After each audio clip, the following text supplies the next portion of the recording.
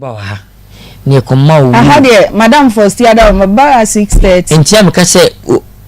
obia what talent o movie mu no so obi me dey say question so obi obia unu ho no we try dey esi wa na ma wa program be dey biem oba be nie eden kwa na de ye no bisi na enti o twa picture kire me wo be ma no ehun na awro otwefa woto no wo show asabi ana se woto chamfoni se ne obe ma na ana se wase ho na ya na si me na ma ye nde o so mu no ase nde ni nya awro yi ase se wo show aka ho am shi won no wo chami awi abo shi won de anya hwe ba mama na nya hwe ba ehun kakra ba shi won de ni nya awro yi na two balls ne dem so ba kuno e da ba ti ko ba bi nchan kakra ti bo bemba ho we de mi hu ni yo ye pese ye de apomudin e de ma obi biara na se bi ne etiefu nyina se de mwanya ne ntie no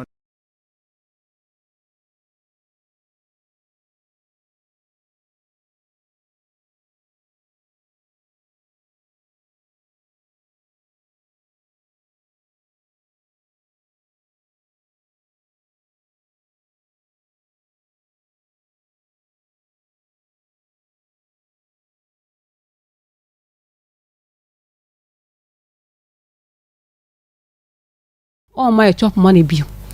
me ana me ko bank akaka na ye di hwe me ho aka no nya 1 year ana oflem no se sa ni mu ade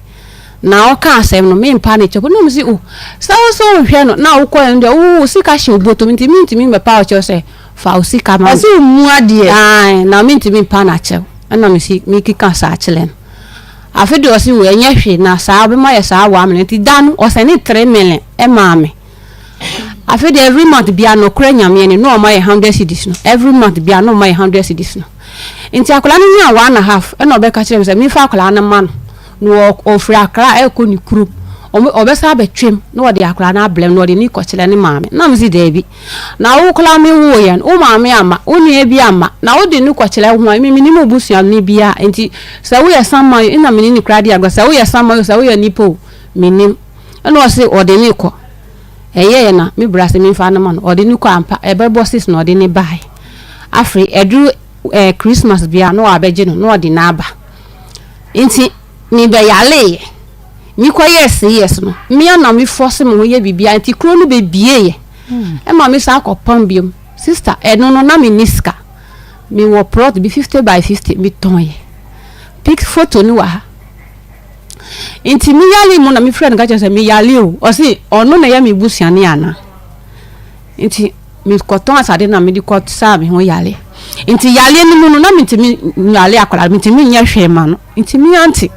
oba no si the way ade ni ye o no paper wanim kafra paper wanim mama test ho din kukudro fo ba paper wanim kafra me auntie ba no say the way ade ne ye no me fa kwala no nko no moti kofo idi agogo e ho no network share da enye papa wo ho enti odi akra no ko ye no na me friend ka chan say akra no won mi chen bi no oti me auntie ho enti sa 100 cedis no odi mam no na odi mam me sister akra so okodru ho no 2 months ansa no man 100 cedis ba ono no oni ba enti won fa ho onjue no echi no se akra no ye dan a obekọ ni papa obeba ye ho nti onu so boa me bia enye hwe afi de Christmas we na me auntie ni frɛ me say bra na frɛ no say obeji akra no na akra na be di Christmas wo no ho akra no o mu di Christmas ni wi a ode akra no beba na me si yo nti na me ka che me auntie say me akra no nko no si wo enye hwe akra no wo ye dan a ye ni papa no wo si we hu ni ba cha ma ni nko na me si yo na me auntie ka che me say esisi ni so say brad boka kwaji akola no nti mi nso mi fa akola no nko na ye nko di 3 days wo na ye na mi ka che me auntie se me ni be ma nete na mi nko di 3 days wo be ma foforo ho ayem ba papa ho ukura unia be ma yere ni mia umpene nti mi nko nti ye wonua me wafa baby oya ata na me friend ka chen say BBC ni say nti ye fa ne say me yale nti obefa akra no koma ni papa na ye di Christmas wi a ono anko pacho brekum so ana brekum de ye ba faako se wi aka so free kuma se ye wo bantama ye wo abrefo junction ye wo sofulai enti brekum fa hin na ofri ba ye mpacho mo brekum kutre number 2 oh okay pacho na den na do waso me wa ha anope mpacho menkura no bone me na madam fobe ye fe ne William Samankora ekoye adwuma ye kotwa tik edema broni ye fe ne Subam ye lodu wie no ye lodu ne man wie no Subam no sika no madam fo William Samankora no ho William Samankora so me pacho eya kasa mema mu na William Samankora so sika no wo Subam ho ande se me hu ne sika na kodi we si wo ewe ho we si wo we ho ene nti mam de ato awo ha se mesre wo na wabo me ne ma hu ne sika na wo asem na wo ka no wa ye ne ayi enti kirem na me ni hobi matiefuo nsusu ni hobi enti kwan be na mofa so amoye business aba be pie se sikasem aba be drum mpacho akasagu mic ne bi businessman na take kahun bi okay into business no ye den oh eton ne ma bebre okay na take kahun bi nti ne madam for William Samankora no e ka bomu kolodu 1 container of take okay na ye de ma broni bia na Williams Samankora ne ye adwuma ye fen Subam okay anti papa no lodu ne man wie no na me da madam for ne ka se sika na e wo so de men e wo he eno nhihye ye be na mo ye ansa na woni ni ko lodi take no ya nya nhihye bia na nete ne se na me wo obi a mede ne man ye fen revent into obai no se madam for ne se da bi ye mfa ma no ne nipa na ye fen Subam no nti omume enu nyina behia ho no mete madam for ne de na se na de ne man ma ne broni na ye fen Subam no enti take no mukotwa mo na mudi musika to ana se take wura no mokoton wi ansa mudi ni sika ama no da bi ye koto nuanu firi kuani ho okay na yakohan obi a obetwa nuanu domo operator na wi yakohan tractor na ya dompo ye wi yakofa goodmazer betwa ho anti uwi a broni no ni bedia no bia container 300 million na say 200 million antu wi a na waju sika wo provide no nkrata e wo ho ye fe no conveyance enti wo ye sa ne o mani nyina ba cho ye ne mani nyina ma container no kora koda da be 8 months aye kwa afini asika no up to now 11,000 mensanya nkan me pese me ti ase se mukotwa woni hwan Williams muka musika bom ene kokko twa ye koto ye koye bibia bedru se mu lodu ana se wo ana odi usika ye ena obeton ma wo no ana no nso di ma broni me sika ankaza me di wura adwuma me 10,000 okay nti ewi adwuma ne nyina no mfaso e ba so ayi 2,000 anti ono 5,000 eso ono 5,000 na me 5,000 50 mpacho ane na ewi no me 11,000 ne nyina besi sabri mensanya nka mu wansi de kora okay na onni na nhihye ye be na me di be de me de nam so a me di be pi ha se ba de entra e course so am pese me ja ne se mo mi no mo so mere o mbekunu no ono na me menti ase no because I didn't try to see mame. Kasagu mic ni. I didn't try to see mame. Because me na mo no me yejuma. Nti nkomu nkunwo. David. Me na me no mo yejuma. Na bibi adu na adwuma no me se me nya bio.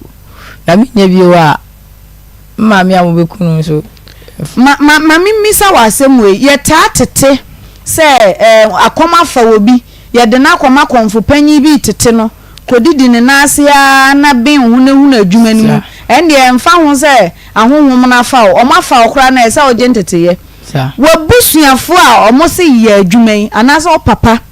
ede wo kokoja river densu yi na wo so na o papa ye adwuma no o shaase e kire wo adwuma na ni so tama mi so no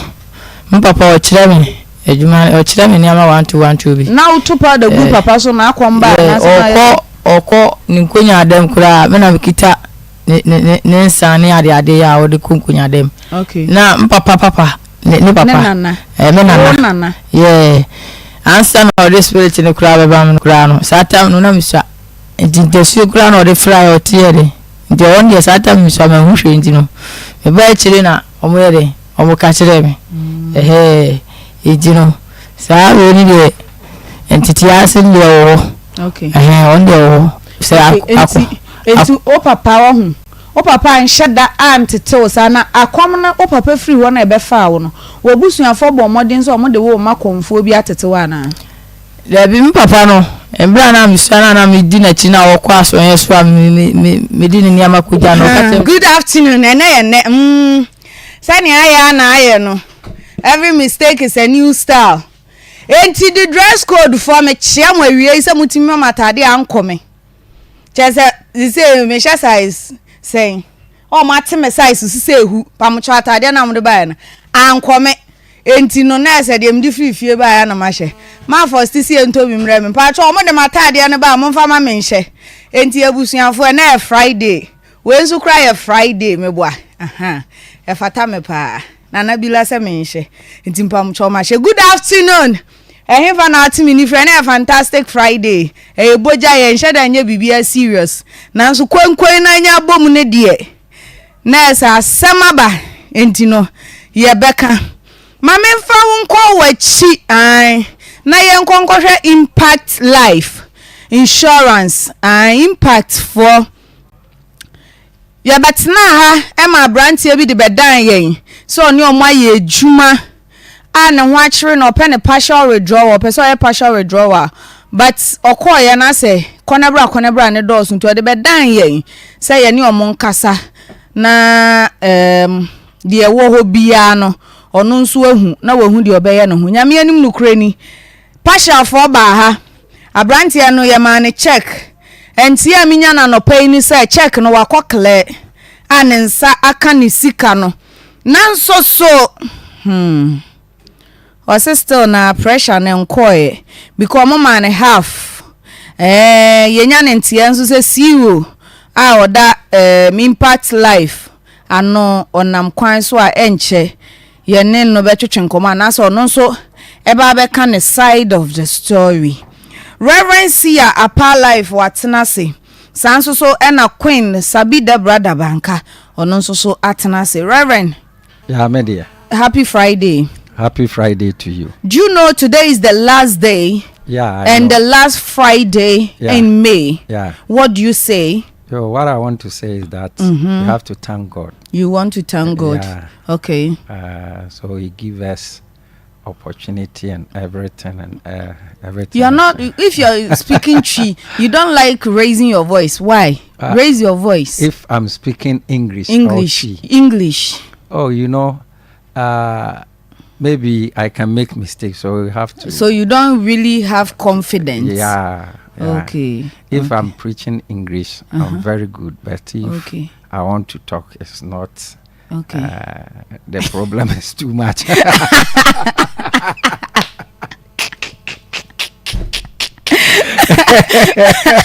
The problem is too much with the English. No na sa ne tintin tietie mu an say ye danyame ase so odi ye twa menu nya sa na opa kire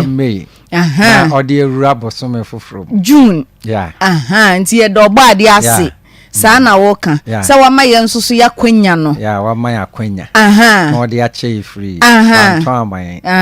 eno brof na wo kan okay Queen Sabi Obaya Mema akwaba. Yeah, me dey. Ena matade ankome. Oh, kafra. Ka debi anyepe. Same say the dress code na Nsem me kwa omuyi down na eson. Omuyi down na ase esuama me almost me china ye kese. Wa chino. Na emommimu no. Eno de esotia na eti se me num grow fine. Hey, they grow fine to me no. Nti me mafunu kɔ foma nti me top aye ketwa na me down aye kese enti so mo hweye no na se yi me musa na me mu aye mismatch nti me mu ni nyanya ketwa to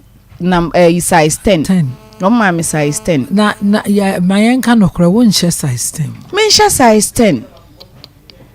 sana nse ahometi o ono nim sana me share 14 top 14 no because first no na me share top no 16 until they grow fine they say me share 14 Allah fashion designer papa say me say pegi bo me dua because no be share t-shirt until person me share t-shirt me free baby na eba we free baby adwoa akwaba enua bibi aboko na me gusu menya ntie say see you abedru impact life enti no me pa mo cho mo mani nye ready na abrantie no nso so embra no meka na asem we de kakum ye gene kwaku anu because me ne mama ayi Queen Sabi baby ya kekan ya fire no omo de kwa kire adwa na ye 31st wo china ye first nti o china de na ekoso no china asuzu ejebo ejanya bedru na unim se pepe de meka jesi wanfa ama wo ho o china se mo enhu me wa ase a na e pepe ena mfa me jesi ama me braso de onte sa o okay bi o de beba ne ejebo ejanya bedru okay ene ye jame kwan o china ye rabo so mensia ne da edikan 1st June na juma de kese Akoma FM ne Akoma Sports ahyehyɛ ne say Champions League no ye bobo ya china ne ye behunu amaga ene amaga hoho hwan na efa kruwa no se ebeye Madrid se ebeye Dortmund ye de ye nim ye se ye baba be yi ewo giant screen so bra ne behwe ena behu players ni ye no hu omo numbers ni ye nti ochina Akoma Sports ye ko ke pole ena na ka ne say no KSTU Kumasi Technical University ni eminim ni ke pole ewo labor wo de wunnim hon ma wudu a o e bus station no wo so pe bia ke pole ewo ye bechew anase bia Baptist University ochina 5 pm ni ahyehyɛ ye niema nyina se wo pese wonya ba bi partner e wo se wo bantem na wo baso so a sports presenters e wo fia nyina e bebe bi ye maame antifosti obe wo hobi na bilane omo keka ho nyina red carpet ni so available nti ochina ye be show bibie nim say the all kind side attractions be brave ye be live on air quizzes sanso so na live on air quizzes no ye beti wa obe win no ye betimi a che ojesi sanso so na jama groups ahodo e beba no omo nso so ye be mo akchedie bebre na well behaved na ye competing na hona ye competing ye ba meka me na to so men kasa we dia men sori nyina ho se na bo ben no wo ne sa no hey Debbie ochina menye sa Debbie ye pese ye meka me ye beje wo hu okay enti ochina sa ne ye kan ye no ye first 5 pm sharp na bibia ededa na akwan mu omo so yasene Dr. Amuzu sanso so na Jovi Travel for Jobs and Estate Agencies sanso so na Nana Aristocrat and fast food no kama pa eno enyumre metobi kama mepa cho omo nso so eka ho na omo so yasene ama ochina dwumadie no ye de bro Akoma FM o say oda yen Akoma so pa mamen kai o say production lines no o pesa oni atwetwe nkomo na so wo nkomodie bia na yedi a eya frayen was 0530 507849 0530 507849 WhatsApp no so voice notes eya mo ye ne ten dodo 7 minutes ye ni be ha o eya ne abre nti no chichem 30 seconds ni etimi atia mamo 0246766060 ebusuafo ene ye Friday Spartus bebo kwen no mame asamaba ene ye bepon 4 impact CEO ofia ene o free ha ne so ye insurance ni bia mame wait one mama producer who is obeka se maje o say menhwe den so ofa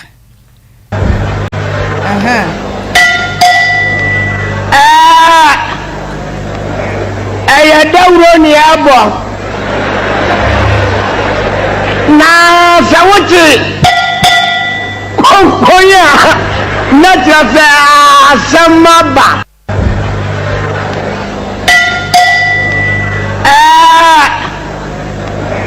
ɛyɛ dawuro ni ɛbɔ na sɛ wote kɔnkɔn a na kyerɛ sɛ asɛm aba asɛm nso deɛ ɛnɛ ebi aba paa asɛ wo bo shake CEO na nim so slim man ana wo de bra wani we de so betimi abo ɛyɛ ndɔkwa ne yɛbɛko mame mo akwa ba biem wo ho te sɛn paacho nyame adom me ho yɛ paa ɛnɛ de asɛ wani nya kokɔ aha ɛnɛ asɛ wo seresere me ha no papa ya dawoma me ha no so bi ate okay kai metiefo dabe na ba ha no Wednesday no ana say Tuesday no. Okay enti kai metiefo de ede o ba ye wudin ene ba bia free ba ye me pa cho ye free man no ejesi me na me ba ha be ka say impact life for musika akom ho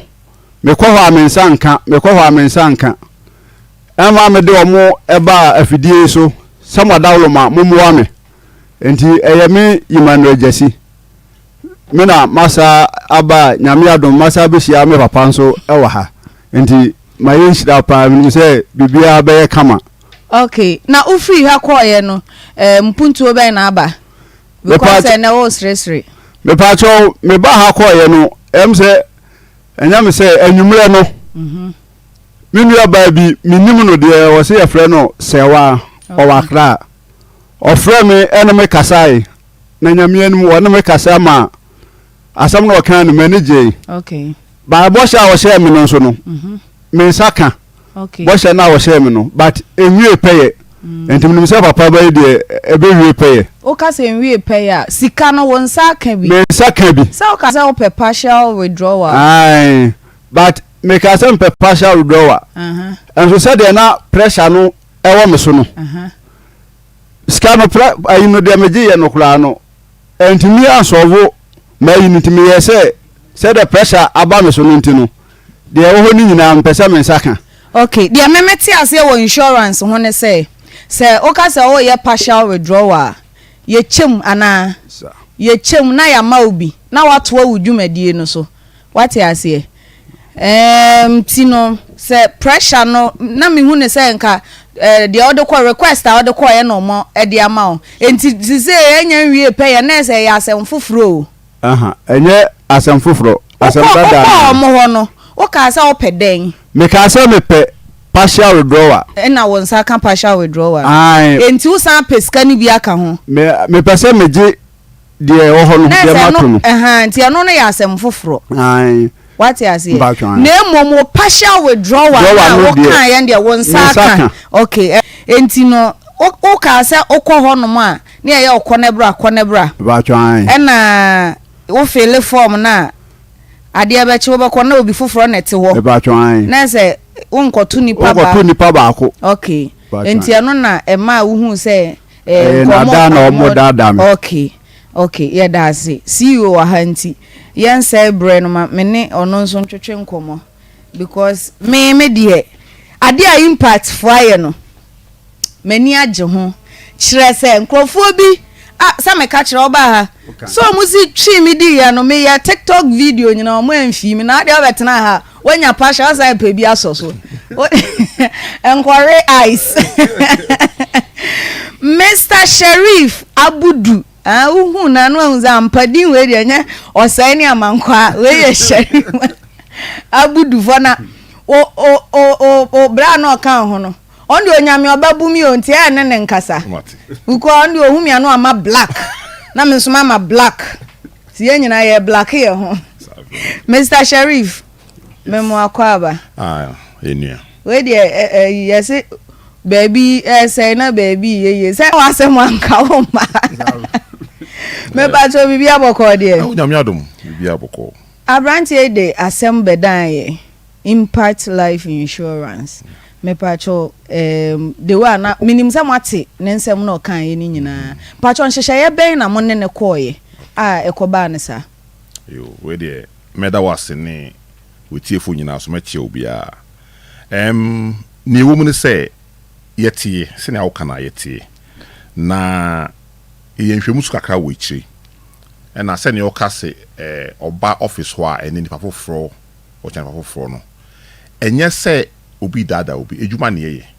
na minim so pese me ko asem street me pacho komuna sani obi a o tie no wate obete ne ho ase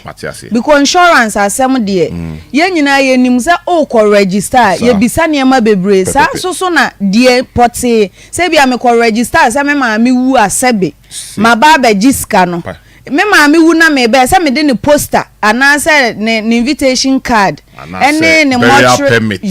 certificate ni nyina death certificate yes ni nyina ba enti no ye pese ye hu abrantie yi die kirechirem because me bisa no da no se enhyehyɛ ye ben ana se insurance no de import product de no choose ye enti mpacho ma atiefo nte ase yo me da se metiefo menua o menchen ha imano Jesse na senia menua ba ka no bebi se na bebi yi ya asem papa na ne yetie ne se no kre se obeye ni first thing claim application is true obeye I think that was somewhere in January na obeye ye no ye wo enima miensa a edi tue sika obi obo so pemumu obi oba o se omuntu antum account mu directly bank transfer obi o so a ope check so un se sika ni na saka nya obekan bia no ye okun kwan se ye ma wo intimi nua Emmanuel bae no sape no obeye o so pemumu na emumu no or application no in January 24th of January to be precise na for some reason no it didn't get to us. I think it was this push ni mani me yai it told the to me courier eba akra wo sakopita krade normal e kan juma na ye ne ho e juma bia fon so wo ho nti ye te a ne ensu aye ni ni sisi ho kwan okay nti 1st February na ye sign ye hu bio ne nsa kan say oh okay Emmanuel the BBC aba nti yen hwe ma no nti ye bibia ma pepe na emomu no edu se betu eskarama no ono ka kire yen say yenye ne momu na momu na yenye no yen ye ne yere momu account mobile money account nanso yenye ne sa wa wo ye policy no e so ma ho tumi e bia ba chokrata ba say oh me Emmanuel Jesse me wo policy number CCC no me pese me claim na ma apply for no muntu anto asimesi akanoma mu document ye de be ka o file ho so do tine bi no asemba ye nka sika na ekutua mo bi because onipa be ka so man ka so muntu anesa no makotua mo bi nti eno so ma ye check akra na ye ntene nka on the authorization to pay the claim okay so it was back and forth from him it was a simple matter you can just call or just sabi mufanche me untumi ntro krampo a wetu maka se obi so ye mame na sign ma free company so say na my nti person this kind to me yere akamo account because uni yinimu yere but ya ntene nka eno de metiasie because me kai se me koye ade bi nipa na me ne koye no omuhu ye se me ne neti hoi nanso so na me eba me ntimi nkoje na ye no wakra me ba kumase ese nipa no koje mame omo ka kire me se me ntro letter na me nsan ansa na me dia manipa no ba omo abrame ne nam enti that point na metiase fantastic me mbisa me nua be ma no bra omo kan sa unim se de no me bisa se ebi omo bisa for Ghana card ana kwan on be fa so etu ama o kan wo yere emomo okay e ma me bisa wo se wo de wo yere momo e kan application no ho abra wo fill forms no mpacho okay mpacho me kai pa e ho na de ntina omoka se tro bibi sei fabra na wo ye wa nkasa wa wo ye wa wo ho kona bra me pacho me de koma enipa no o tro letter de wo omo office won fill ma me simple question what tro letter no koye me pacho me tro letter no me ko bo letter e de me yire no Ghana card ene me ankasa me Ghana card copy e kan ho na say o ka che me ze na ni Ghana card ana Ghana card me wa Ghana card but mintimi fa register say you register Ghana I card anya valid code na da so no yeah da so na chip na da so na enti ekura o say dia wo de kwa ha wo betimi dia enti me ye nim yenu e de tache letter na me ko boy no e de ko office wo e ko ma nipa no enu nti na ase na me ko na ye na ma me hu se wo se me nye ni sei ma ye ni sei but still ya me ba me hu hwe enu nti na ma ase de me bu nti okay o de me ba enti papa drew letter ho na munso munhu ni yie okay muntimi nso mfa sika ne ma no ochina asa bedan moka no correct okay Ghana heading to wan hwe ya na niam akoye basa enu nti sabi ya nte ho hwe nti me kai me investigation akra nti ye check ne policy no or your software front line check wo mu nti processing of the claim no started on 7th of March due to the delays that happened earlier which I've already mentioned no okay inti ya cheki bibia na update ye say okay papa no 6 ka say do tua man pasha do wase na say man ye no kre ayin obia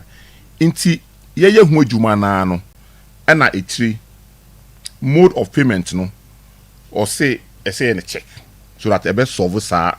problem of yentuanto mumu yentuanto same na say at least kana ni din mu ono awon Ghana card akoyi ni sika or account of anko ave do mpe momo ni biem so that's the investigation that that's not the problem. It's fine. Okay. Intino as ye ka say ye te say BBC about say oh BBC dey say I mean this is not say because say Kumasi ha yes I should say a stronghold. Yeah. A basse juma ye na micro insurance no Kumasi is the biggest place. Inti you can imagine say sanke oni pa bebre say ya ayentu musika nka studio ha kamu ntumi nye juma ha ka ha be ye ma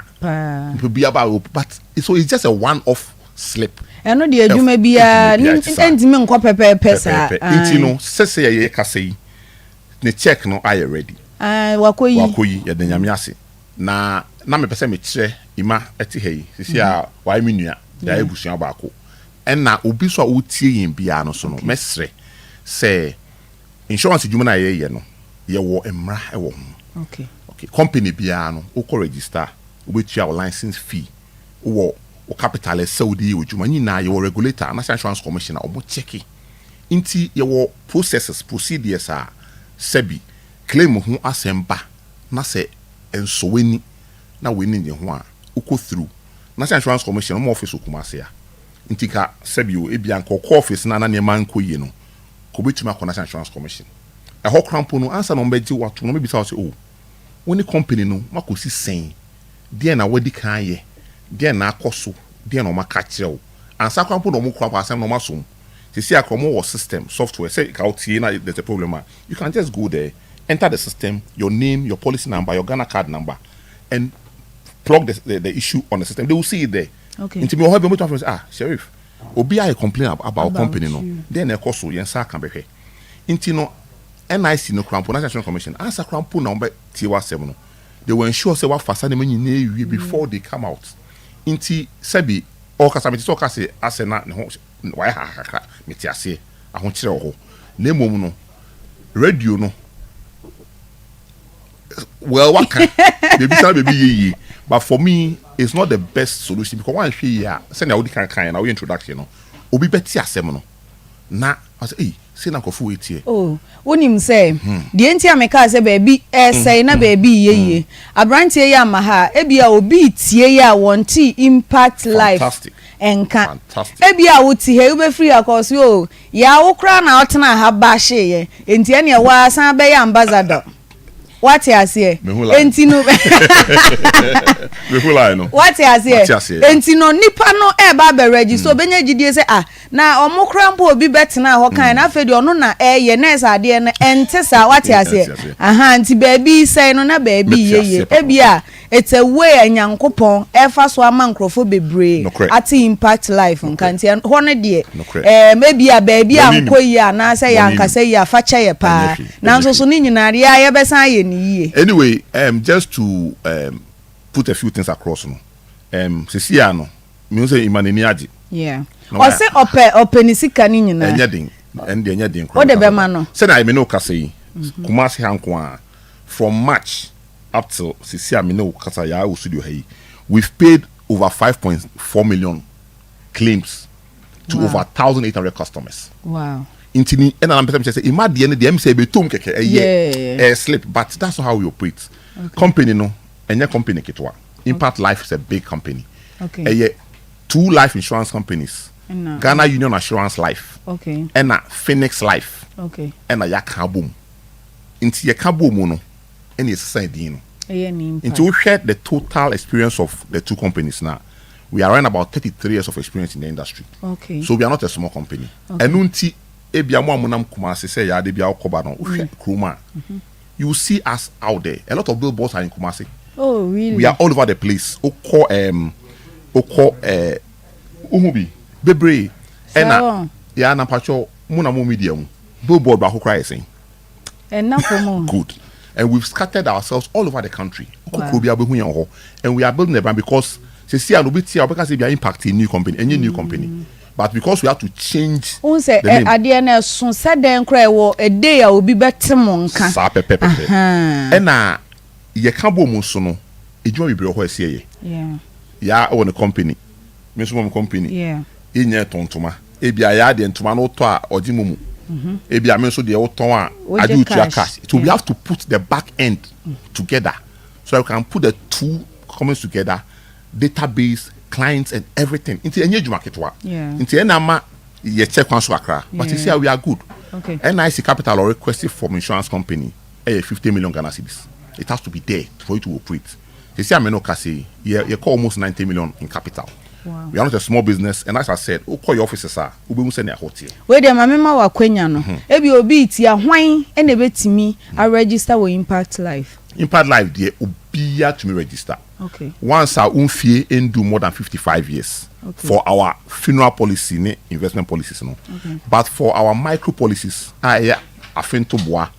pensions, no, and educate, no, obiya to me register. We use more market too, we use more banku, we use more bibia, we use more biano, which means register. Inti ye put us be bray or no. Me no be more team in China, so after this, no. Your sales executives so much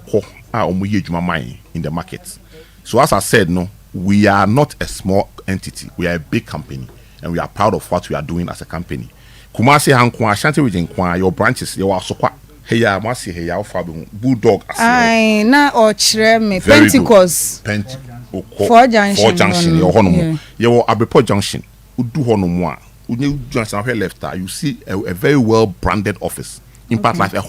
And I hear micro insurance operations ni free or Ashanti region. Ene won't me. Ye wo boase, ye wo konongo, ene san o mampon. Na wo hwese ne ya offices na wo kwa we ni beje. Nti no sebi meti asem ne ha mekakra. Because ye koyenim. The way maame we kwesi kan. Enunti na medi mrika efin kran. Ebaha because yes, I really wanted to be here to solve this matter out so that people also know us. Na mo de ni mu ye djuma dada. Minim za mo TV3. Na me catch me enana. Me de me hu za mo TV3. Na onyame ya adom so a by the end of June. Ye buy product launch. Okay. Ewo kuma June. Nyame ya end of June. Na baby aye adverse fa no. Akoma ka ho connect one of our strong partners in Omu Ejuma. Into mu de mu ye nuanom. Into ima asem ne fa ha ne ham ka say oh. Anko for baby a say die ben na echi. Anyway, but we are into do business. Okay. We are a very big company. We have a lot of branches across Ghana. Yeah, we be Kumasi. We operate strongly and we are very firm on the ground. Okay. And say no. Yeah, share educate and kakra about obi insurance or shana ni sika no yado so be asem o kan ye no nyesa na o kan ye enso so no ne ho kire ne kakra bia because of so wo sika da ho enti was me ba be yi mi sika ye ne kwan so no mpacho there be your policies be bre ho a ye de ejuma. Okay. A policy bi ho a o ya 1 year nti what me you sika nyina apem amateur. Oh, okay. Ebi so ye 5 years. Funeral policy crampo the mature say na kind na funeral policy dey say bi obi mfiri mu a untim be yisike bia ba nyi na no ye entiase ye mu bi wo ho no mu a say na kind na o mu insurance baby in sense say 5 years mbajim sika I want check kakra ba ya the first place omo hwe no insurance nti se bi edi 1 year krampo no aba mbejim sika wo che ne mu krampo na se bi abentokwa obi a oni abotre no na bi on social media no na all say company ni din but nti se obi bia ye ho se na bi kan no ebi wo ho a ye 1 year policy eno ano no 1 year so a ntokwa bia ni bibia ye krampo no ye system no be pop up say ya policy no 1 year na so e bia nti bia ba it is there so enye ne sa na emum no Ghana ha nankasa generally no insurance na eniye mogem afi na kakra ntiasie no onse ebimu ne mo ye sa ne me kan me am ye victim nkofo bi atweme adipa nti sisi a mehu yi de me ba be me de me pacho se edru e macho no amfa amame a ana bra we de ono amfa me de ne mame obemu na mu na me nti me nkoho ti me free direct maje me pacho ye won kwala policy se ma wo me ba nge me ya mana no de kwa akosi be time ono abenyini abeyi ana anase me ho kire me amitimi beyi bi okay eno wo ho enkwada policy no sebi wa wonyenye se da odi kan na e bi akwara no be aba school obeko school no unim say in the next 15 years oba no ebeko school obeko primary obeko GHS obeko SHS ese o start bua wo ho say sebi if o ko school that year enya afi no oba beko school no na afi na utwa wo ho akopɛ bosia e bi akona na ko school bosia kra oji kra ba kutuaka sebi interest class so that so until you start say account policy man na obet this kind of to obeboa no this kind of to sa sika na nya wo dia wo ya makoda no but and also in say enya wo dia enti no say time so say utumi ibe first can bia yen farmer obi tutumi say okay me ya to for me ba odi 18 years say bi ske wo nyina metumi ya wan say wo dia ji ba ebia odi komani ni sika no ne abese odi ye no wan fan ko ye ti normally no wow ye eya wo dia trustee no not say o the man dey akụ school obedi 18 years no say o to scav intensity this one na auto in a month you can imagine how much o ko school a embe ya how ma nya fe na ko bobosia ko ton ntuma na bi dia ahwa man dey akụ school nti yon koda policy so okay unim say fidie yi so na yetena ye bra story and radio dey ko echire enua TV radio get results and na tu panyin pa wa ba betena ye nimi na dey no na mafrafo ni bi na unse yese fantini ba ko ne ko di dokono ne ye de fra wo munyina ne ye fra fanti do enti no de ebi mu aye denti no unse batakali adoso ti ehu kremu papa ti batakali na ebi mu ahyehye no nti abefra kremu papa no enti no na nkrofo be brofra onka se impact o was insurance fund dey sa na omote insurance enti mi be bie phone lines na tum se bia wo challenge bi enye obi dio impact so omudwumadie koye ma anasa wonso wo how bi ti say ye bra yi die na wo question bia obebisa panyimpa na me mamu akwanya no momfre na chese panyin no so enchirechire mumu me pacho onye impact wadawo ma meyiwe free line so ntimpacho moma yen chop yourself neat na impact for enkwa nti momfre 0243 114497 0243 and I say 032249803 mo amaye bi wo impact TV na say number na eda ho na wa ye ejuma ni bi eda wo ho nko. Good afternoon. Hello.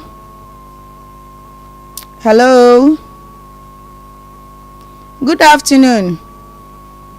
O de wa se baby aja se mo ko ki e na se nte yi ko. Impact for ko be insurance ejuma. And you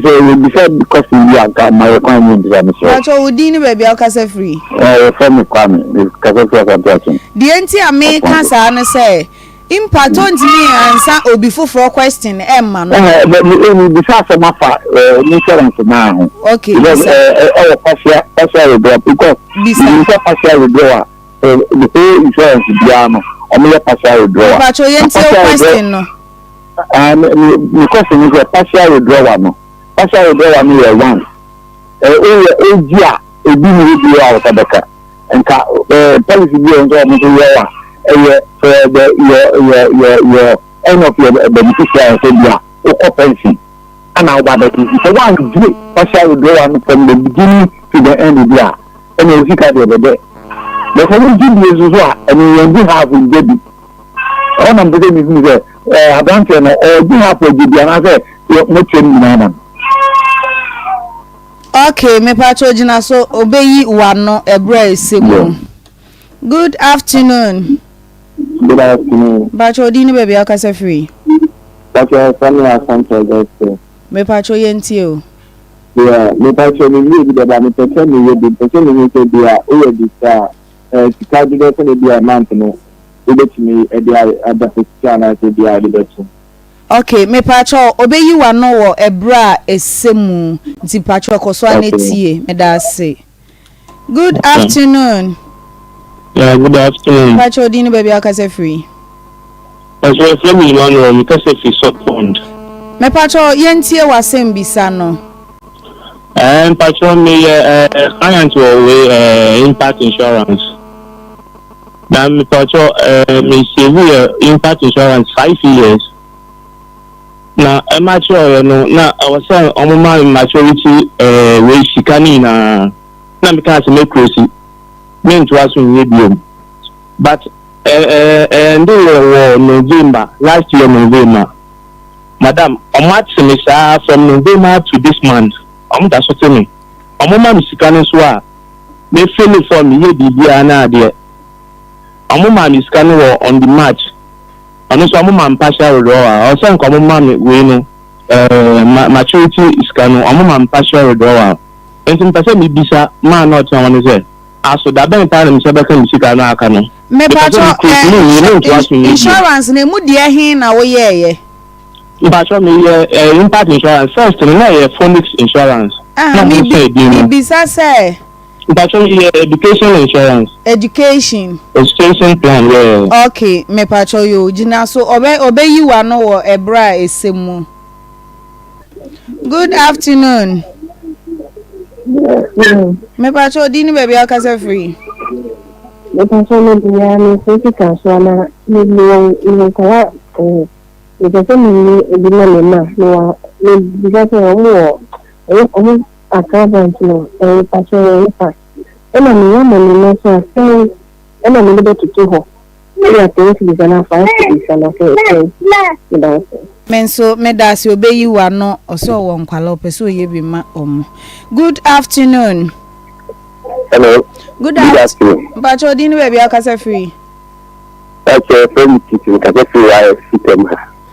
System na mchepi ni sai. Okay. Nka cheni ni di ni nkwala nyina na. Mpe de wo mo ko ani se. Ni bi esi. Ni bi de ke ni aji se patasia kwa. This is actually two sika blow. Mo ko it will be 3 months, 4 months. When my you want to cry anything to without taking you. And you need to ya two the same court the most time money or maybe a bit terrible. That's a little so much I say what the man can and the moment you never do your hand with any gloria. It be a miracle. I think that's about me, Danny. Asabu vita mu fanga sama adwinde mu meka na o munye ni yo mu ntwa nteme mesere o ya da ya pa ya dey be gache kama na yo pele kwa na mpita okay you be the man and the two wa na start 3 months o say omaka bom ni nti no o de obeyi wa no we bra esemu why okay omo wa ni nsem wa omo ya ti ya da say. Good afternoon. Hello. Hello. Good afternoon.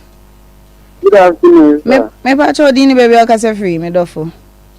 Idene na kase free nkoko. Ino kimpacho yenti o. Na mbe mu se pasha withdraw no ebi mdeldo se bet na pasha withdraw no mbe se mu. Okay. Me pacho obeyi wa no ebra esemu. Hello. Good afternoon. Hello. Pacho dini baby akase free. Pacho fe ma san kase free ofunsu ko fobia. Me pacho yenti wasem bisa. Pacho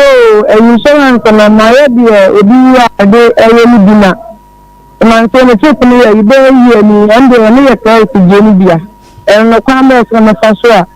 leti da me vitro bi wa se almost 15 minutes. What the Mr. Sapiana said, then one and a half class would be. Me ba cho ye no impact. But I know your credit to be an idea. Credit says there be no impact. No ye MTN. I know zone zone. Yeah, that's pa. Good afternoon. Okay. Udini baby akaze free. Because I'm a person who about Nicola Diana. She says our class 5 now person you be man inside baby some of better so the SS no be me saying na precision so and some na wetin ya be scanner dia boa akola no baby am person be sana no me pa cho so eti obeyi wa no good afternoon udini baby akase free but so me dem 2059 pa cho yenti o but the person be so insurance no ma wo bana wo ma no sima kwanda na the first one bana be kan that. Okay, pacho be you no sesia your last caller. Good afternoon. Hello. Went me engine so impact my sheta we are seeing now. Good afternoon. Afternoon. Udini baby akaze free oba. Mpacho eya lo wo TV no entie wo hu wo TV nim. Afternoon. Good afternoon. Hello. Good afternoon. Afternoon. Mpacho lo wo TV no we chire nya sa wo nkomo na enye de. But you say more you more like music coming mama no Eddie. Good afternoon. Good afternoon. But you didn't baby akaze free.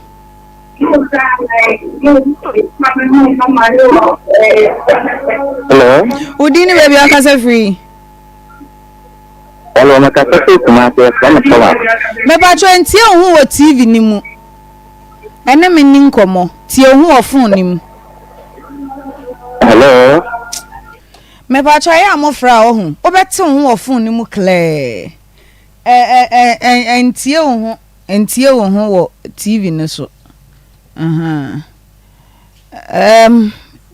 Before say obeyi ano no. Minim some wo questions bebre na so minim so obi question esi wo de so na nchechiremu no so kra beyi wo de ano na nsa na obeyi questions na no yenkọ agbozo ho emra yekọ agbozo ho aba na yede anu yie no aba agbozo herbal center na yenkọ twetwe nkomomra doctor madam obi a wo hwe ye ne de woti agbozo herbal clinic e ba betena sisi ana ye pese ye de apomudin e de ma obi biara na sabi impredu asa empanyifo se all work and no play na yana e ma jack e do boy kakra enti sabi ye ka wiase mo se ma huhia no na ye de ayaresa no so ye den enem efise ama me ne wan say na efiare agbozo herbal clinic e ba betena sese a Nsem ni titiri no na ne gina se ye hwe yade ahodo bibiri na mom yade a ye hwe no eno eso na ye ba bebo no enti sesebi impedu yasa ye ka na ye ntumi anka wo de eno nkire sa agbozo herbal clinic ye nsa na agbozo ma me fa ye kira kwane entudwa ententem na hu ba bia ye wo uba kumase hanom a ye wo dichem so main 5 insurance junction old insurance junctions ene ye wo pay na enkran ye wo kwashima na ben kwashima ahemfie no na se ukọ tema ye wo community 25 Savannah junction you're running clinic in say oh problem na we buy a honomo na the machines afifi ni peduano ni ho bebe yade no ansa na ya treatment agbozo herbal clinic juma ye di no na yade agbozo herbal clinic ya sa e di muntintimai ba ko pa no e sebi impredu ya sa yidi empanyifo yade ya be ma wa ye mere wompem a wontumi emu adwuma no kra na se sebi ni be ma no sore ye nche na akofam agbozo herbal clinic ya sa oba ya so ye honomo a sa yade we ana mpanyifo yade ya sebi impredu ya sa obi wo no mo a edu nsie ni mu a na wa hyase tetententan ne ho nya din esori a mu nya din obe ma na isa sorry nso na ensori ye ne agbezo heba clinic e tuti ni papa broni fani edi sa yade ne ye sane papa enti sa oye be ma na ohwe me na odie me ohwe screen so a ye numbers na egu kama ubetumi afrayin e wo so enti se wadi ebia 40-50 years and above na we experience ED problem obe man esori kakra na esinitiri ase ahodi enhye da enim eno na ye problem no because of hormonal imbalance and as a hormonal insufficiency what nipadua no unyini na hormones na performing erections edema na conform enti abasa enyewa menua wasa odiwani ekire Agbozo Herbal Clinic na sabin produce yensesa sane man nipadua no na yemfama ebi wo ha no mo na due to poor testosterone productions a system no mu eno so ka wo sabin produce bema no utumi eyemre yi papa no say oye bema na oye experience this yeedy problem ache anase enche ya ni nyina de sa ode beba Agbozo Herbal Clinic oba ye ma treatment once and for all na eko oba ya hwe ho no problem no ache wo so 3 days to 1 week no na obema na asori papa ma me fa ya numbers entu bia na me to amekasa no so Agbozo Herbal Clinic oba kuma se hano ma number ye yisu ne 0553 number is 0553 41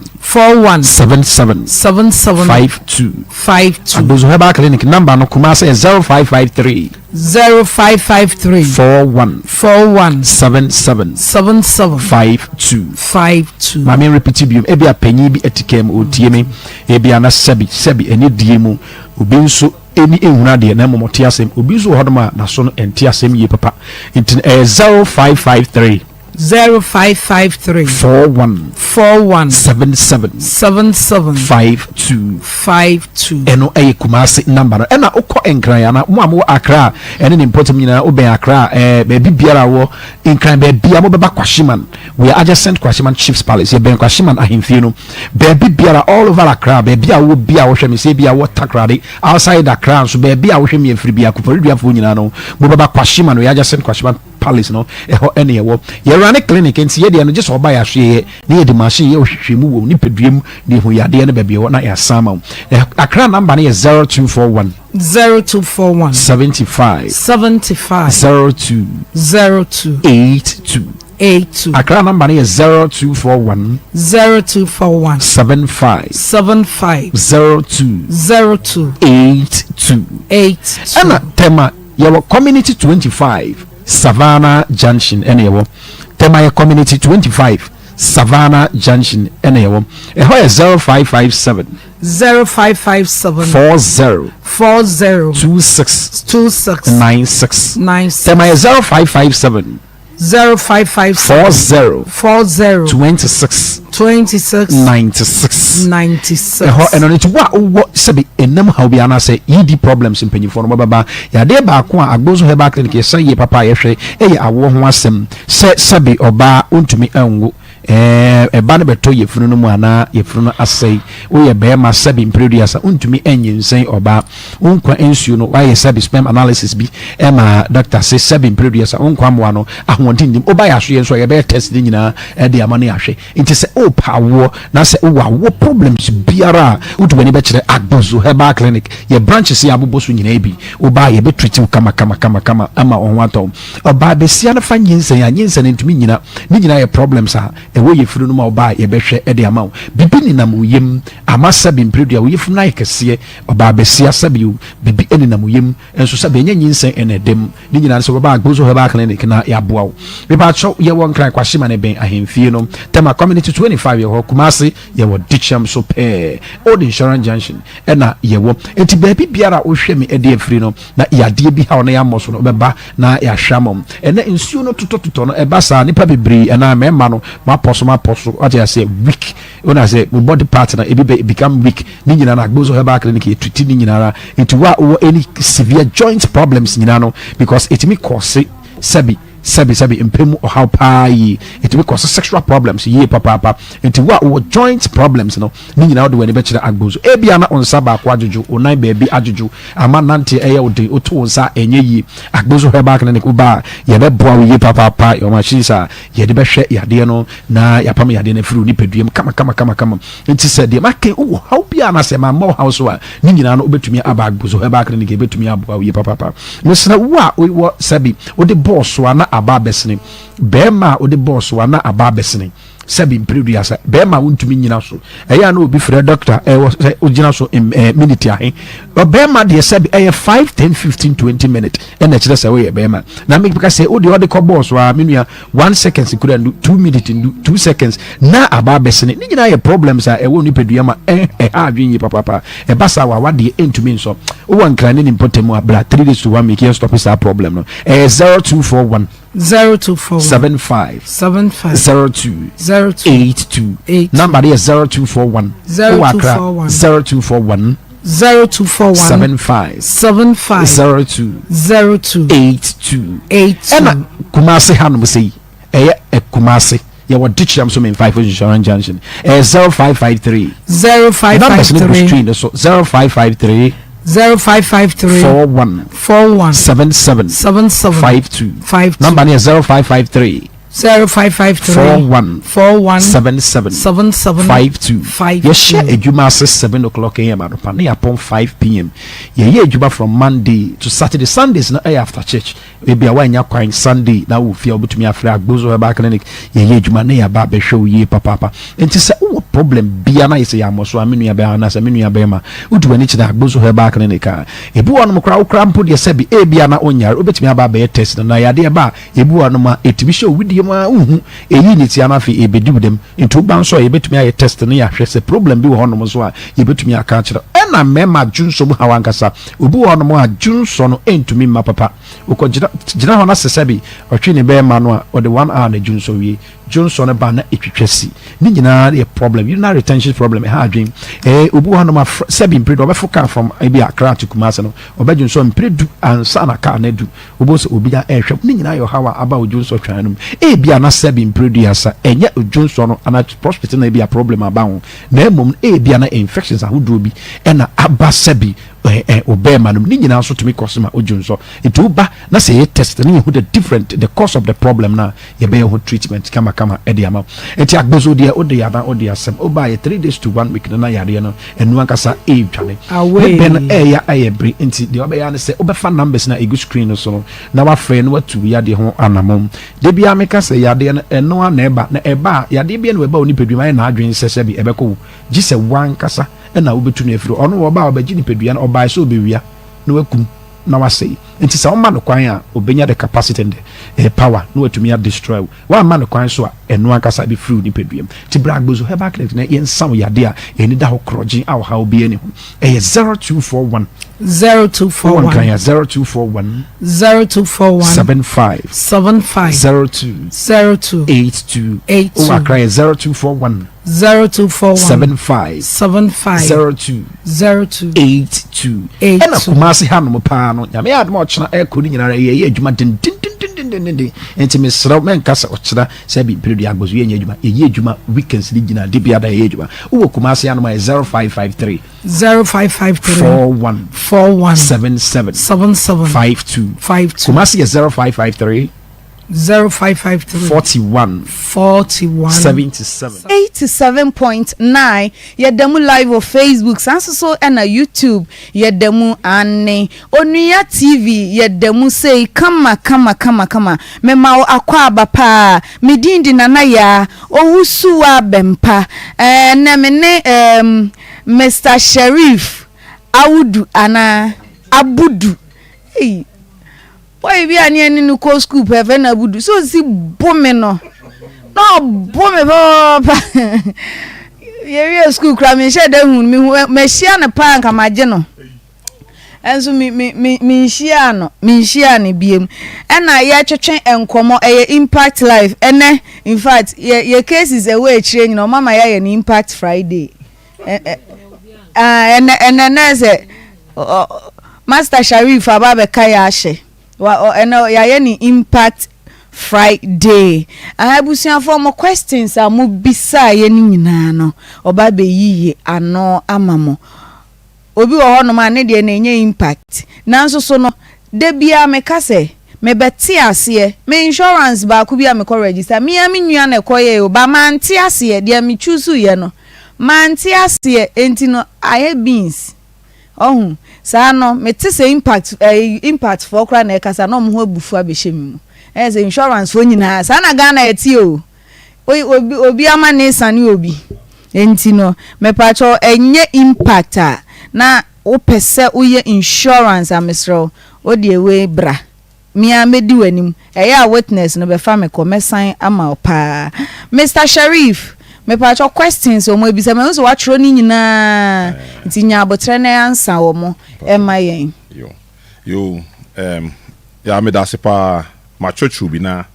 me hwe a mienu miensa bi wo ho a almost the same. Okay, nti me addressing one by one. Okay, the first caller no pa cho mo fanche mi o me nkai mu nyina mudin but a7 na se me yi ano no obisa say wo ye insurance type na menu abema ye yibi eno no eye emso ye afintoboa no se na edin ni kire no. Okay, afi do super aso ye ntoboa afi no na usikede ama na eto de bia your customers no they don't know say even though utu sika on a policy no our life insurance cover ewo.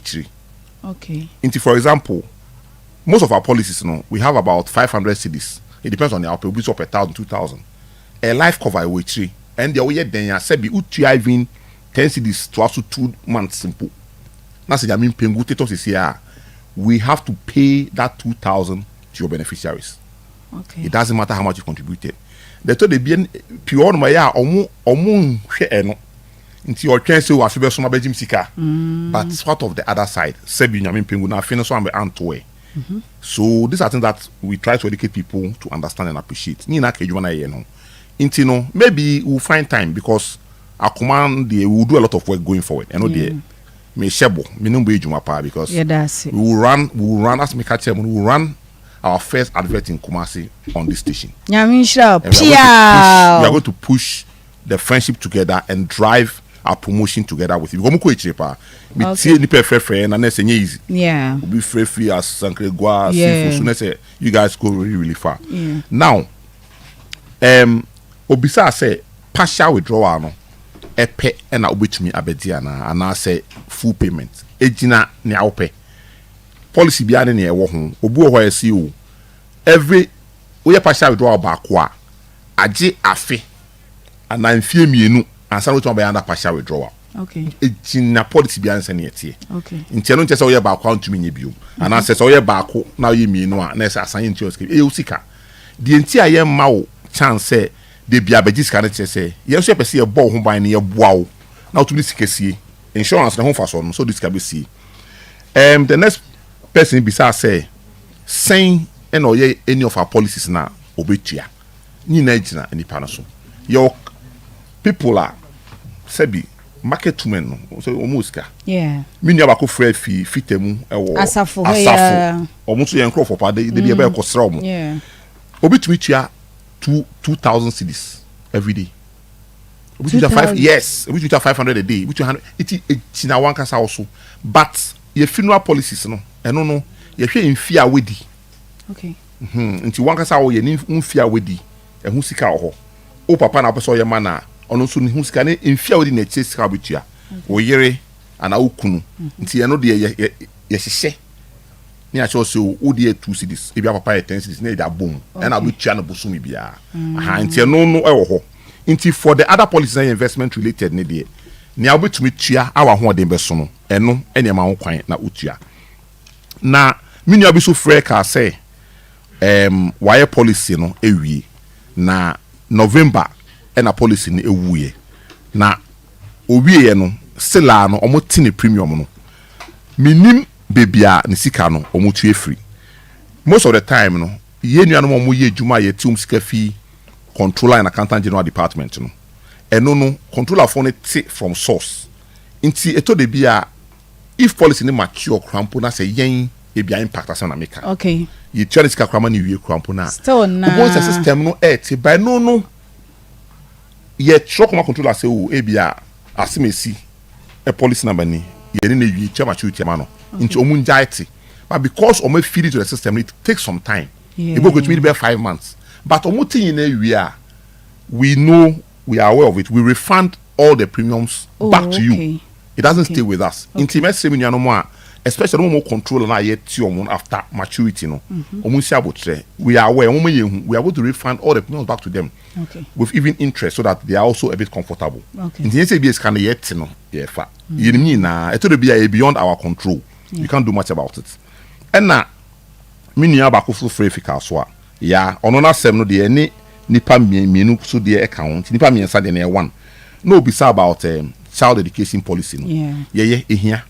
ba ko se ne de class 5 na ba ko nso de esusa o se nyen kura fe no munyini nyina nhihye ayeye to e bia nke papa no krampo tumi ye bi ma yen sample e ma esu na nke do school time e be ko school no ko mamre e no mo de to akate aduru agu kokos nyina ye nti nyina ye enye masi esua e wo adwuma ye we have the chance I be to my son na mayema nti mo amofre ye no ya di na me kai be troy munye e mankoda no mo start sisi ama mo ntwen no omu bisa se sen ena obetimi se 1 cd 2 cds and I start free saying nti no eno no gina obotum but your minimum premium I tia for your retail policies no child education no 100 cedis minimum a month okay na so person we ye micro insurance no afin to boa no child education na pensions ne dia eno de ni awobetu ahoɔden betumi bia yesum edema nti eno de ye ntwabo but once a retail no minimum is 100 Ghana cedis for all our investment policies okay nti fa ne se me pese me ye bi ma me ma SSF fa me bank account anase me momo account so ehemfa na metimi aye anase ese me ye aban ejuma ye ni ana very good okay for example obi o ya benjume bia say e bia Ghana police Ministry of Education nurses prisons teachers no omo no dodo na pese yetifi control and accountant general department from source and only a better because we say any pesika de ade na wo ye no o pese wo ye di nya bibi dachi so one kasankasa wo control of sika na utua no to de bia ebusumu de mama ntwem me niska yesi but now we say ade na wo ye no wo ye for bibi fortuna nti no normally yen prefer Ghana Police Service Ministry of Defense controller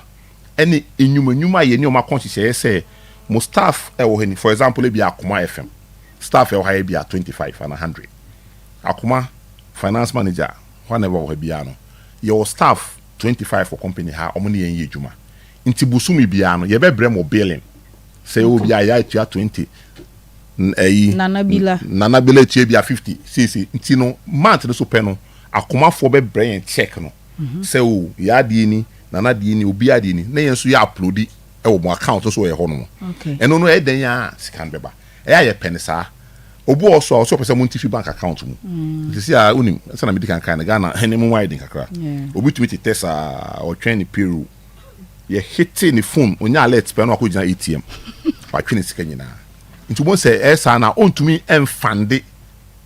account no to even get what he or she wants to get in the future. Okay, so Madam for Mary ewo Germany o say mimbisa o ne ma wo Ghana right na oni bank account wo Ghana na emum obetimi amamati e be ya possible say mbeti free ni momo account ana very very possible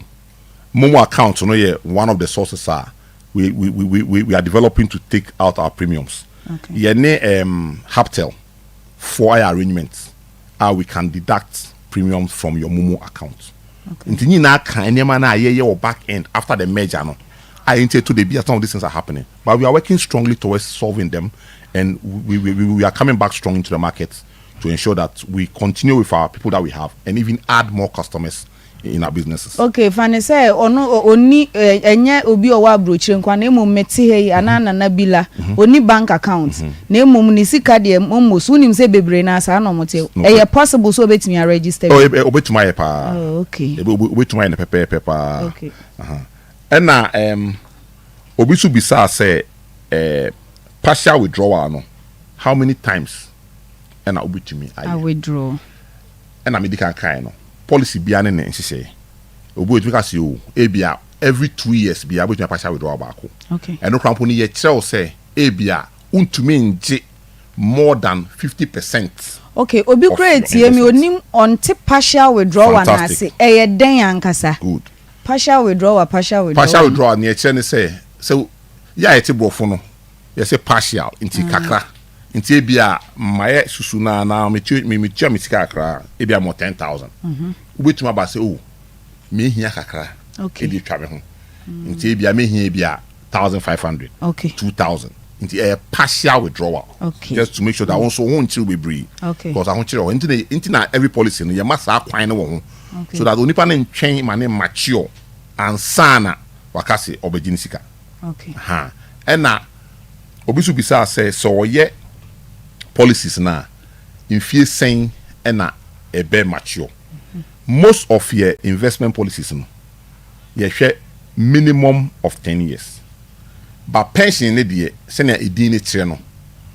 up to your pension age. In the time I starting in no. The time I make pension no and a policy no. They say minini we. I told the be obi tell us na pension there that ben e be maybe 40 years, 20 years that ben but eboa. Because snake cry you tua. Snake you tua. Inte wetin we na about to say ah. Obi ka tell me say 2017 year Naija. Amampanyin yeso any in as president. End of this year, 8 years ago, another person is going to come. So, important. Okay. Insurance is very important for our. Okay, say we ande na bila na wa na oka wa asem na emom no. Wonim say akwanya ye de ama we. Eye ni dia wo de ama yen. Na obi de wa ba na watimi a drive all the way from Accra aba. Enti na eja yenya abotra. Ye bisa nsem ti o de o say o start advert e wo Kumasi o de san hye ye bono na all cameras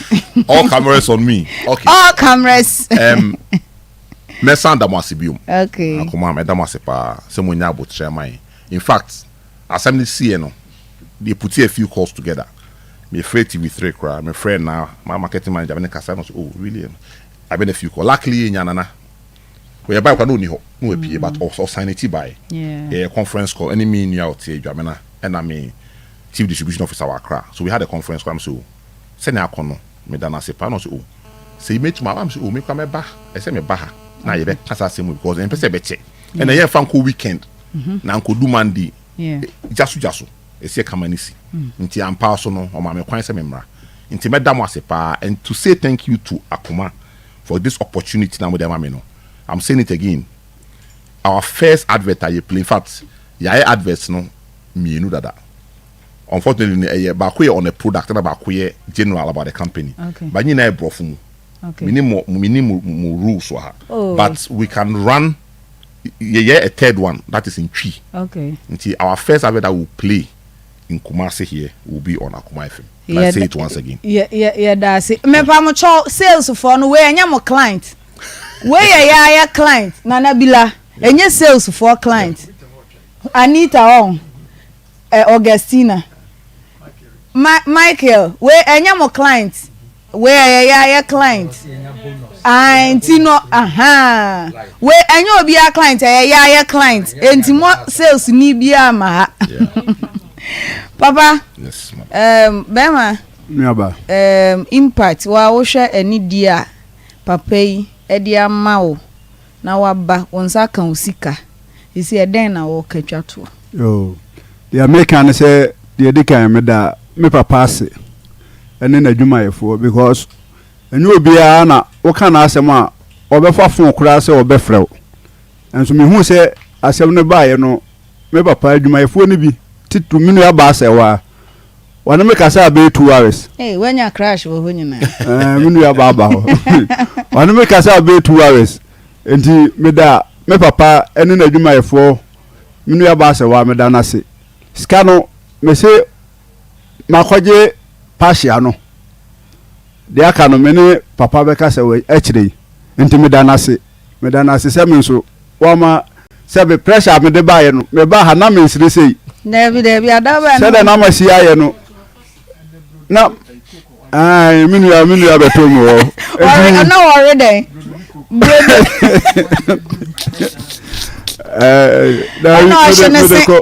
school fees no wadi na mini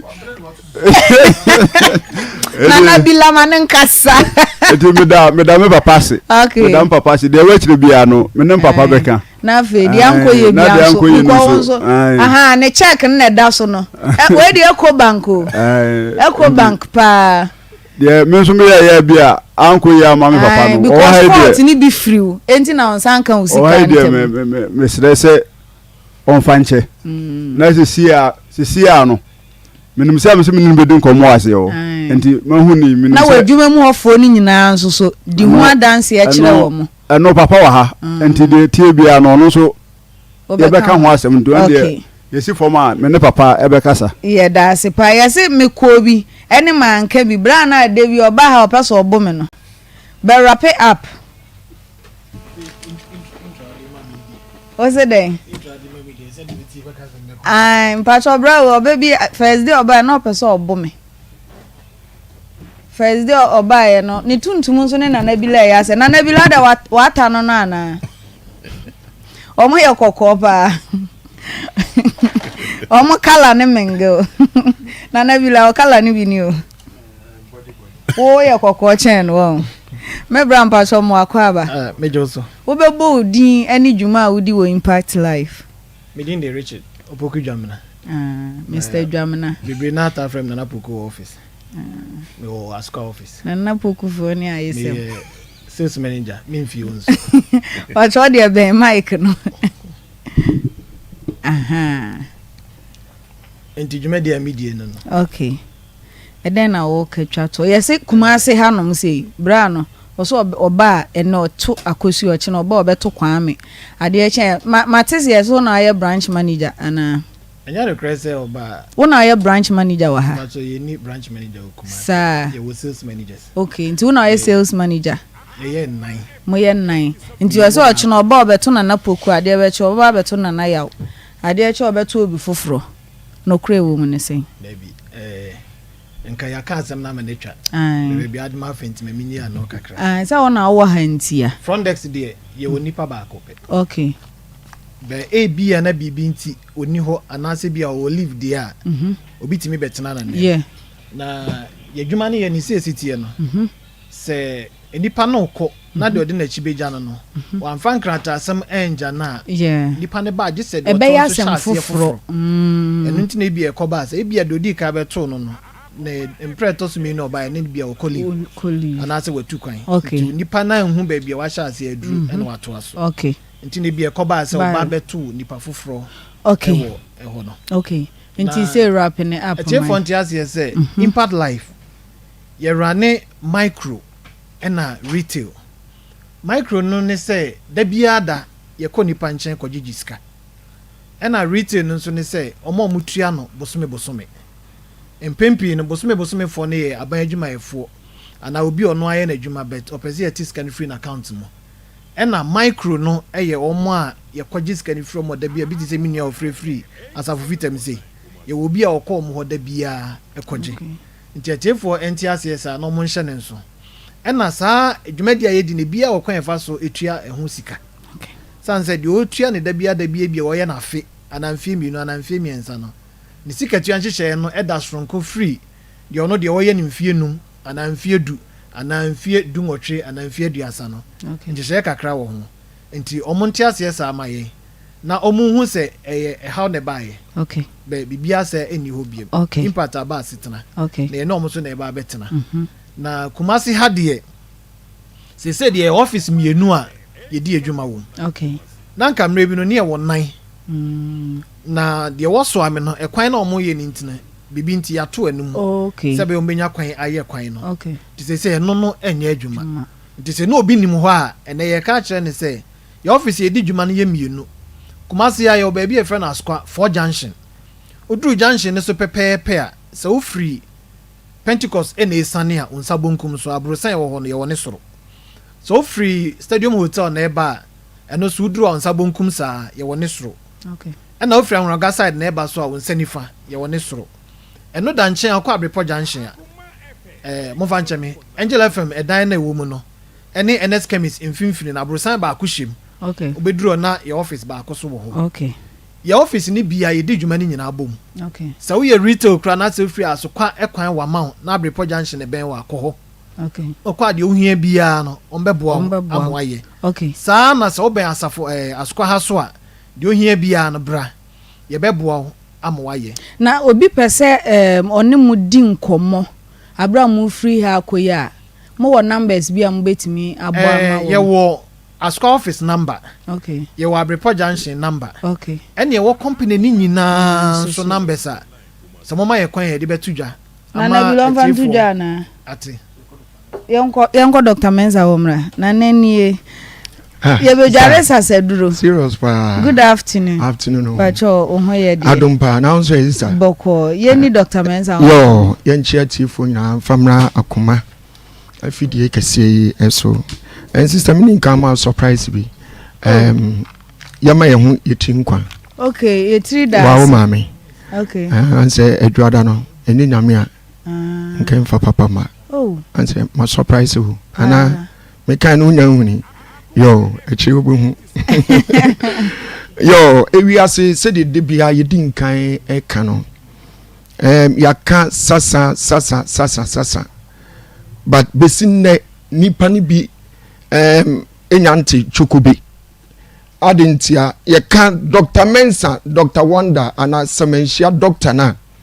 yewo kutwi Guinness Depot yaso yekese no eho na yewo obewe anansense de medi nka boso no ye chance bia ye ka sasa ho asem ene na metie news bi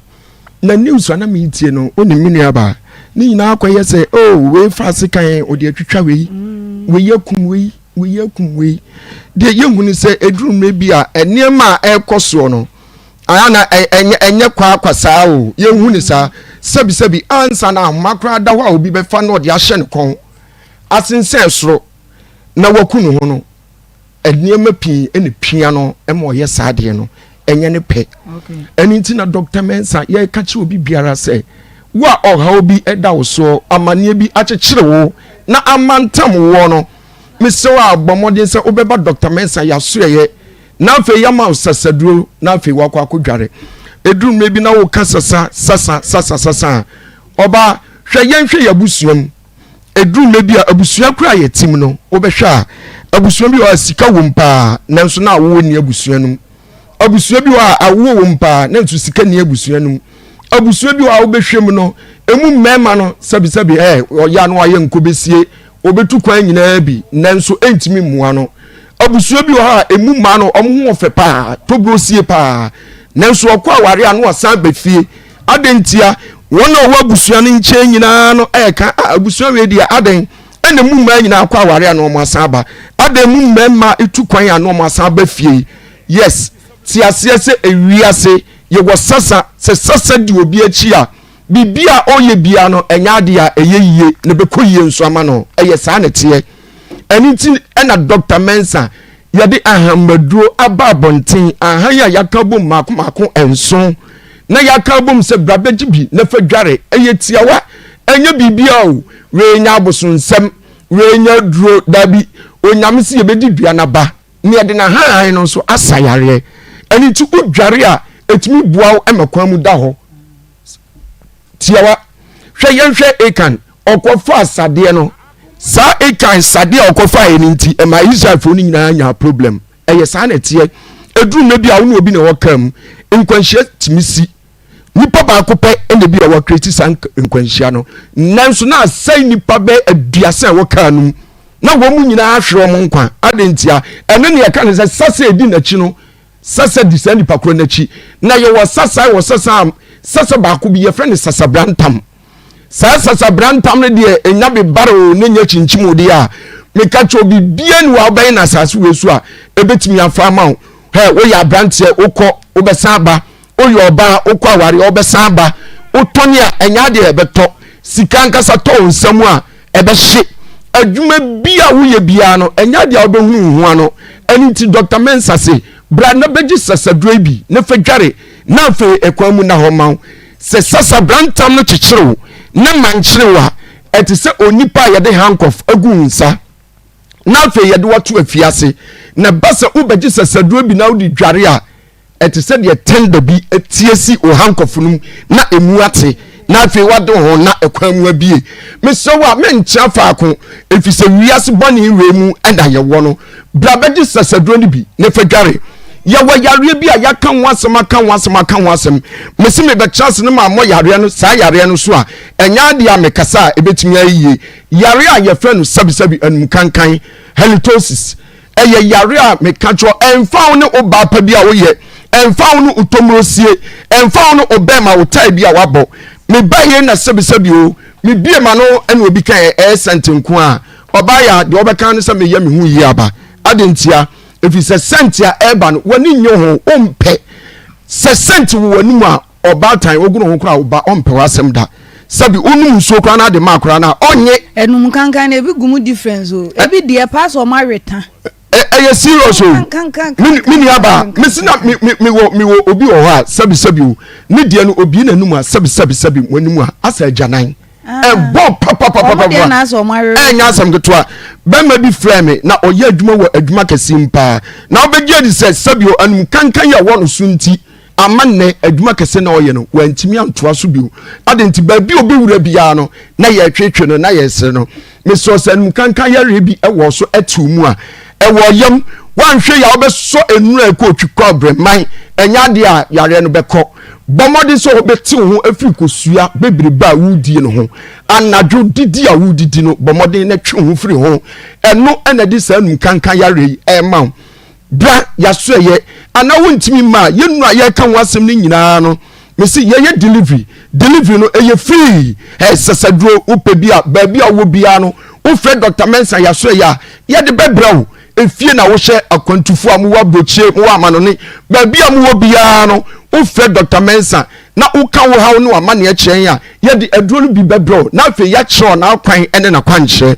maami ewiase de onim to no ene de ni gina atwere no ano ase ne sen Dr. Mensa a dodo na afre no aye bi pen no menkan tro se ewiase de onum enubone ne de hye ne kunu ne ba ne yere wachase etunu bone no mencha faako ye kase awo eya ni nyina ne sen oba wo ba na akura na tumi ya behwew ama wo osia fifire eno na ye kase awo de ne ye kase awo so eya ni nyina nsa oba wo ba sabio na akura na be tosum e de ama akura no be ye tosum de mawa meka cho uwiase awo no awo ebe fron adofo obia ne ba enum no bone na otu enubone so no bomadi so obeba Dr. Mensa yasoye na yamma na duro ba ku bi kra ye de abaye friend all season ye de kawa enya de enubone bi a wonom no meka cho obekọ ho bio Dr. Mensa de munim se yare firi uti so edikosi na amromu Dr. Mensa ewo ho ede maw enti bomodi se obefra ya homa trofo no ewo 0244 92 12 69 0244 92 12 yes I was 027 11 73 551 027 11 73 551 Samsung was 0532 92 80 95 Bomodi so be freyen me se yare no ba bia akodi bia no wow sasa edi wachie ewiase otone ayento uye adwuma unhunu so ukọ aware a no wasamba hwe wakwantusem aye si one time Bomodi so be fred Dr. Mensa ya so ye kese ne ewo kotwi Guinness Depot ehwa ne ewo se ufri sunyan se ufri nkranza se ufri techima eba ubesi sofola ebuo kese no mu a ubusa mate ni ana driver ni se ukokotwi ukọ baby a Dr. Mensa ana Dr. Wonder ewo na yebesiu yesu abuso obia se ukọ baby a Dr. Mensa wono enukreni ya paint ya dan green fe enkran so ya wo Madina Zongo Junction ehwo ena Dr. Mensa yaso eno wo baby a Honorable Kennedy Japan akompreko na brunsan kese no wo no ɛhɔ ɛne ɛwɔ ɛhɔ nso na ɔman fm wɔ bra na bɛgye sɛsɛduro dware bra na bɛgye anum kankan aduro no bi na hwɛ sɛdeɛ dr mensa na aduro a onyame de ama no no anwanwadeɛ ne tumi a ɛwɔ mu a ɔyɛ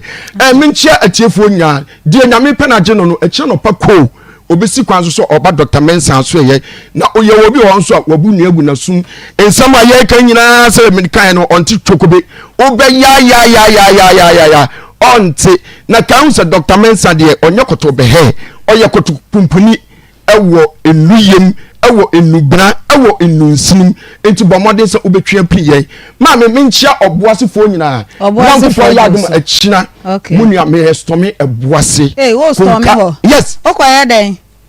unse ya musician oh sir yeah minimo me musician me anyum tuni gospel musician yeah gospel musician yeah what is anyum bi babon timpa obi into me say obi into me God bless no one cares nyame yaduma and we are minuanum adinkan John said the mighty singers ye ko obuasi konka junction na ye ko program kese ya tunsa fro bibia CEO owo Andy Mineral Water James Osei ya tunsa efro afin so gentleman shoes omunyina omumra na bila free ho nti na bila efri obuasi from ye champion pa enye asampetu akra obeba yes nyame enti je nyame penaje no bia no nyankopon ya adoma obehwe Dr. Mensa ya kira kwan God bless ya chia doctor pa ya be ka che no any problem kra area 3p garlic mixture and I comfort ama say boost to immune system no wo pressure no pe binom mana ye demoje salary no and na ya 31st ube hu oba bi kamu ke o eno kra na ekokai be ma bi say bo so me no aso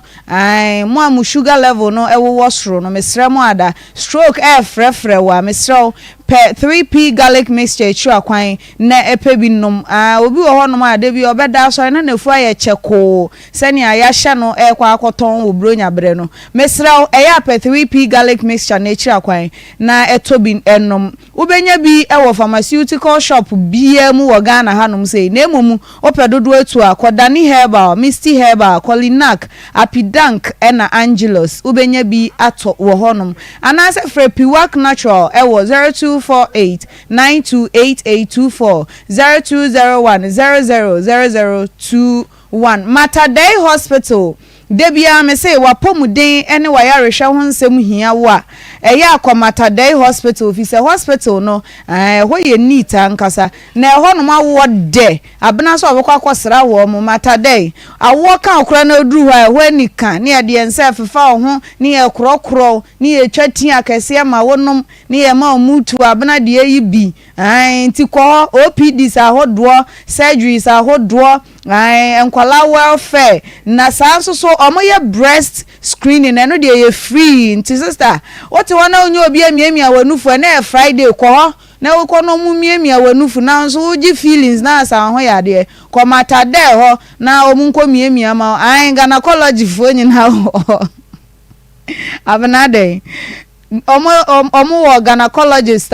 omo ye very good omo ye scans ahodo laboratories ahodo ambulance service no 24 hours entimpacho akohonom cervical cancer yenwa ma ne bi de ndie okay nye yi kura kirese odwe ho a wonti asese de nkwa no mo de ko me pacho Matadei Hospital ewo Santasi roundabout go filling station HY one be hu Matadei Hospital omo numbers ni 0244 088918 0244 088918 and I say 0244691759 Congo ointment ababa wa bitimi fie no pra na to asese etum na se mehu ze ne to ase bright ba eye Congo ointment wakopa bi e de asra nti won so honamani sansa ene empompo bone ya mema na ade bia nsufufuro wura mumu no mo nsuo nye enti mpompo bebobom mo mpe Congo ointment echira kwan saa so na bema bi wuro ne mpaboa to ho na nkwala ni nyina adwane enkura champagne nyina be yiye pie emu bone mesrao pe Congo ointment echira kwan wo honam enkekawa no wudware wi na ho keka na otiti ho mesrao pe Congo ointment echira kwan friend natural ventures wo na kofa baaye from 0249 017101 anase 0204616161 anase ukodani herbal samenko hello herbal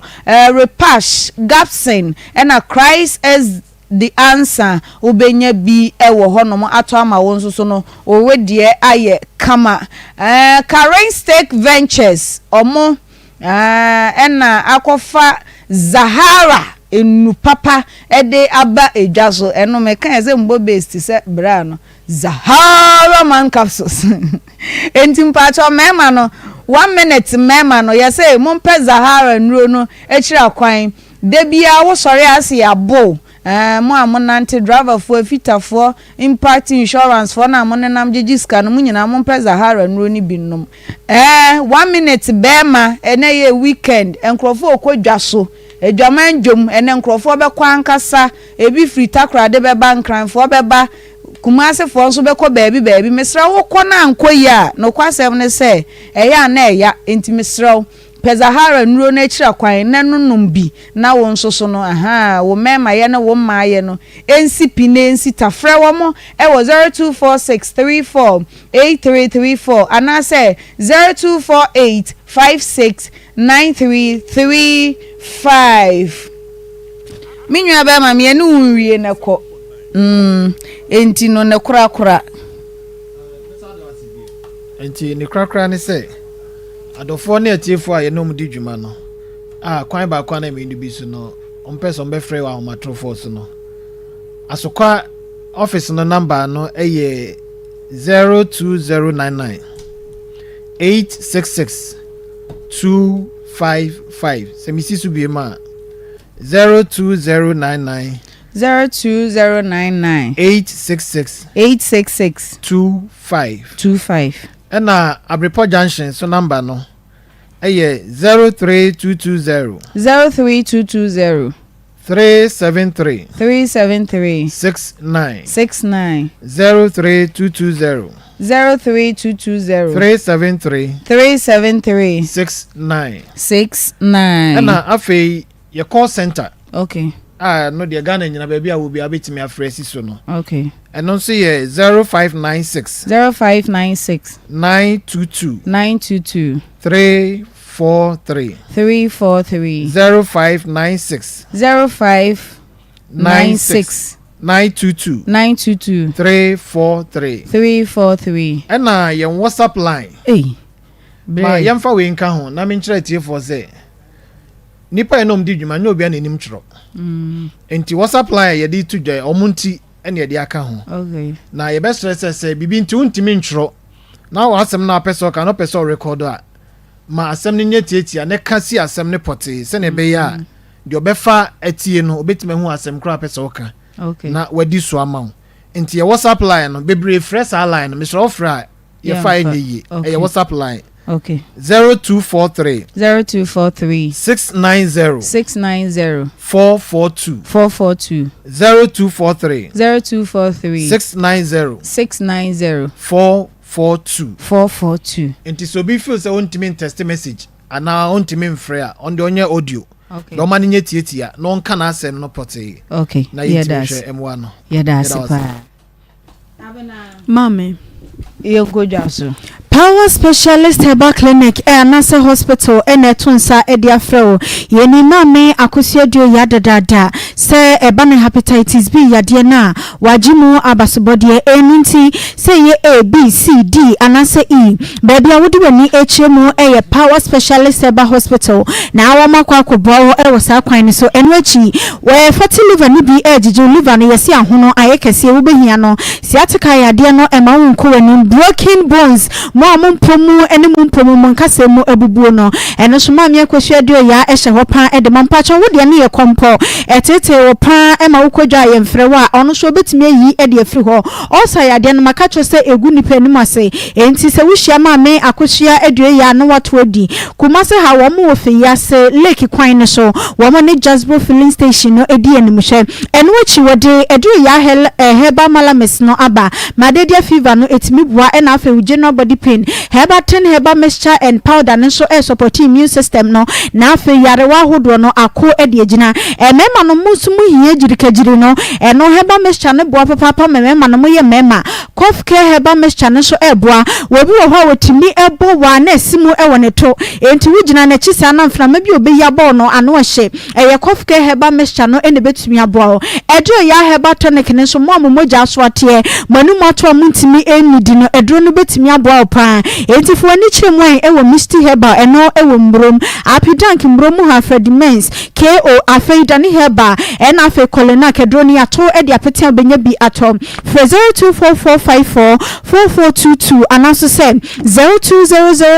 0200383831 pacho ye de ani chemu e wo grow fine heba tonic asye mojadro we winya bi no me a wo ha ho enti makacho se sikeni ho enti adro no wo to ano ato papa prekom e grow fine heba tonic na ebo mojadro no etu munya de wane na fei esese woni padua no ama why fine enti wani ayade age ni padua no aboso ene wanu no munro kran so ni padua no ntimi sini dada mu a e grow fine heba tonic ne betumi abo ama oni padua no aye kama vitamins wom enti abo ma ni padua no ekohini e wa abrabom afei infections ahodo ni nanu so eyifiri ho e ma na amobu mu nsabosomi ana mo twa adwo no obi se enidane e hame me pacho ko pe grow fine heba tonic ni bi enom nefa adansidie bra digital heba clinic wo kumase amakom run about honum a wo ne Bank of Africa no ene ben enti wo fro wo mo e wa home so a edro no open ne baako ana ne dudu mo kwa kogu shops no wo benya bi for 0244596532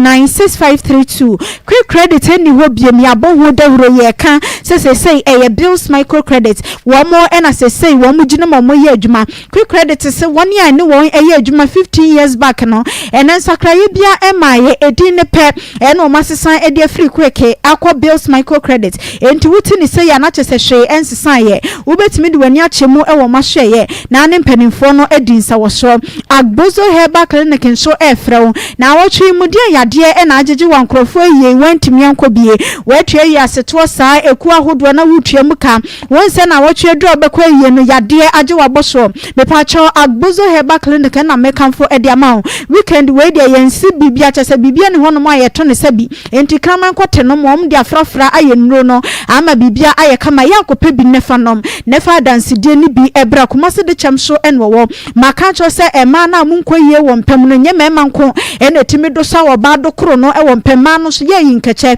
enti agbozo heba clinic kambe mu ahimfie ho aye kama na ne bema na hia bibia aye kama makacho se kumase de chamso old insurance junction ho enu obutuo fra 0553417752 0553417752 Yakokovi organic tiger nuts extra fine powder edino ewari esense edra eye no anase edwuma eye no esosopa atadwo de yenu no dada se wo ye no na chese wutimu de ensuo no echigu mina sesa na abetai wa yase honom enti wuni ni hia na chese ekoyie Kopekovi organic tiger nuts extra fine powder edro ni bi enom na mo vitamins no A B1 tese B6 any C ni na ebi wom eno achimi no asahodo calcium iron potassium zinc any sodium eno so agima fa na medie de hia mi nie mo libido no ewo fom no ema no mesi e befra weekend na boys no ma hyase e frefre entu nim se weekend no beko bia ko boost libido no na fi ase eno nom no ebra me kase enu enumre no na abetai wa yase ho no mpa na bibia so aye kama edro bi wo ho yese enye ma pemfo anase woni a ema enkoda enufo enigi sem se covid edro no entisa enti wunya edro ni bi enom wa fefra obetumi anom wo ma wo benufo so obetumi anom ensunsanso boni bia eni akire premium nutritional limited na akofa edro yaba poku trading e wadum fredimens Global Edum Wisdom Amachi Supermarket eno so ehye ho ena fa Tech Junction ho ne taxi rank no enwani de bi akwa kusum ho ne mabenya biato se ne so se number ya mi bedu kan ya boy eno ena wo pay information bia efa dro ya obefre so 0200777277 nembom edro no pinu dudu mu anase ba ko bi akoye wa ade and also number wo fresh so enie 0505408862 0505408862 Asanska University College of Design and Technology makacho se nimdie no ayama ne nkonanim ene nimdie yade ba ko a ekura we chen japade obi ene ho no mo betimi asisi wo nimdie a wo hu ena ba bia obekọ bia so bese afata sanse nimdie a ekura wo no yentimi emfa wontutu obia enti Asanska University College of Design and Technology etonsa e dia fro se wo penimdie e wo fashion design mo ya afoni echirimo ho enantoma na eba no ne buaden entitele ni a wo pam no no atobo ase yunsa no na bibia so aye kama ye kwa ne edi ho adanse ama wo bi so aba afei jewelry no makacho se wo hunu se wiobesi ahyehye hunu de ode kala bia ebeto a wo de machi atade na enya kono enti ko honom ne ma onimdie e wo ho afei so aba wa adwene mu se wunya wo be ye adwuma ena sika sen kro na memfa nhye adwuma ni mu adwuma ben san wo ba anase be ma me ya ebeboa me anapo se abaya anase kracha mesi so adwuma ben na memfa misika no enhye masanska ebe ma wo sa nimdie no digital media ene communication design so wo mo ye ho adwuma hye no sesenya me ya adwuma July admissions no mabia tum se hwe enti practicals ne de wo ko ede wani akwa akohwe bi na afa wo de wonsa akeka ne ma ye ma nimdie ama wo dachi no akekensi so enti wi yi anu yi asanska sanso mo wo ho adaje ene abotra ye betumi a chewo ama akonkan e wa abrabom wadaroma ene penifo enkasa e wa ahoma so 0540124400 0540124400 na ekopenimdie e wo asanska akache Royal Homeopathic Clinic egusua eye promotion 50 Ghana cedis ye kwaje card ne agie folder na aboye ama consultation ahodo ya me free lab ahodo ye kotwitwi moja no so so mbe ya ma free mesi diagnosis no ko hospital ni anya obi ana chesa ayete said wa ko Jehovah Witness na woni mu nkyerɛkyerɛ no etwa se doctor etimi free nipadua no ehwese eniema nina ehye kama eno achi massage na ahodo ye betwitwi nipadua no ama na sisi ni ye entifo ani kyerɛ mo e wo Royal Homeopathic Clinic no na wo mutimi mo e wo saa kwan so mesi woni a eye adwuma wo ho mo ya dokotafo no mu nimude enti ye ka bibia wo mu nim ene ye ka kyɛw baby ayade na kwa hinte bia ye betwen e de pie wo ba fa kakra ehwe ata so sanse eduro ne de ye ton eno nti doctor ehwe wo wie ne de eduro ne ho nsɛm to wani mu a wani mu ankwan kwatwa si wantan e wo ho etimati Monique Junction ene mpanifo ebutu wo mu diduduma edwo da kopem mene da kwasi da pe ene ye ntenase anopa no nso empa mu kopem numero no nso empa mu wuduru ho ane mpanifo ebekasa e wa ahoma so 0242951005 ananso say 0204492020 Oh, Eddie Assembly 0204496212 0204496212 Obaya. Sisi me we chida. Niskasem di hia. Weekend say na wafanko na ayo obi a wusika kodi no hade e be che mate so na me de ato ha ma ade a che wo ne. Oso wate so. Ofa me 150 bi akodi no wate me 50 na bank kura na me de koto ya ga beti me sa. Na ya ma me nkura ma wo. Okura de zeni nkenye. N17 Lounge and Restaurant weekend sister enye de bia na ese onu aduane weekend abai wabre ko N17 na koko didi na oho entowo wo benya fufuo ne rere akokọ ebunabunu nkwa ahodo ni nyina wo benya bi wo ho kokonte wo ho banku ne tilapia mutuo chese N17 special fried rice and jollof ampesi a cheke ene pe ne tilapia papa bi wo benya bi ato anase edi wo ho no ama oho atowo sanso so na meat pie ahodo pizza ne shawarma ahodo burgers ahodo catfish ne potatoes ahodo ni nyina omuye bi ewo ho omuwo a Greek Junction kwada so omuye adwuma free ejuada ekosi kwasiada 10 am till say o ma me be frɛ and I say wo fie ru abeto ni punu mu me pa cho mo conference rooms and I say conference hall kese a obetimi e de aye wo parties a year reception wedding reception ene enkomodidi ekuo ene omo maka ni nyina mpe ba bia atena di nkomo ama mo ho atomo a mo betimi afrɛ wo mo na mo akɔ na unim say ya na weekend say orders ne doors nti frɛ wo mo na ye reservations na omo mfa waduane no wo bedru ho ntena senche odru ho na udidi 0530668585 0530668585 and I say 0542787278 ubetimi afre omo. Good morning herbal mixture say good morning enrono say wo infections honam tire o ya sciatica ulcer menstrual disorders ni nyina sexual weakness pressure ne diabetes ne kidney problems ni nyina wada o ma eya pe good morning herbal mixture twa kwan ne nunum bi na wonso so wapomudin nsem no ensi iye obenya bi ato ewo fosti over the counter sanso na honorable sir akodi atobiase Mr. Kwaku drugstore Edubiase Mr. JB drugstore Fumso Francis Mensa Herbal ononso ewo Edubiase Fred Dr. 3 days ewo 0246 594117 0246 594117 Reverend Sia Pa Life Papa Brem okay I'm say shortly di kan no ye bede radio sepa say asem no eba Akoma FM ha eni Onua TV ha yenya results o yenya results pa etimi atwe omo afrin kran mama obi ananka wo suni sika ho a wo di ebobo esi apene no ene nyame adom ne nsa aso skani mu enti ye bede radio ase but ye nua be ma no a ne nsa kan ska no me medini ho ya okakra aden yawa medin ne se pacho kasa wa ha yawa medin ne se eyeyen ana ya ye ne ho dede ana ya kasa ana ya fire ana ne nsa kan skantu owase da bia se station no the station na se pada Akoma FM ani Onua TV anopai oba ye brodo ene ayi koka owi wo ho beka se nani afra o really funkan chese yan ye boa no wantimi amie na no anka se oda station no what ya se wa na ya se ana eye omonso a ai omomo insurance for no t-shirt de e mfa nya hwe yan ye hia sika no kraye ba kope t-shirt ayi omo t-shirt na nsen from grow fine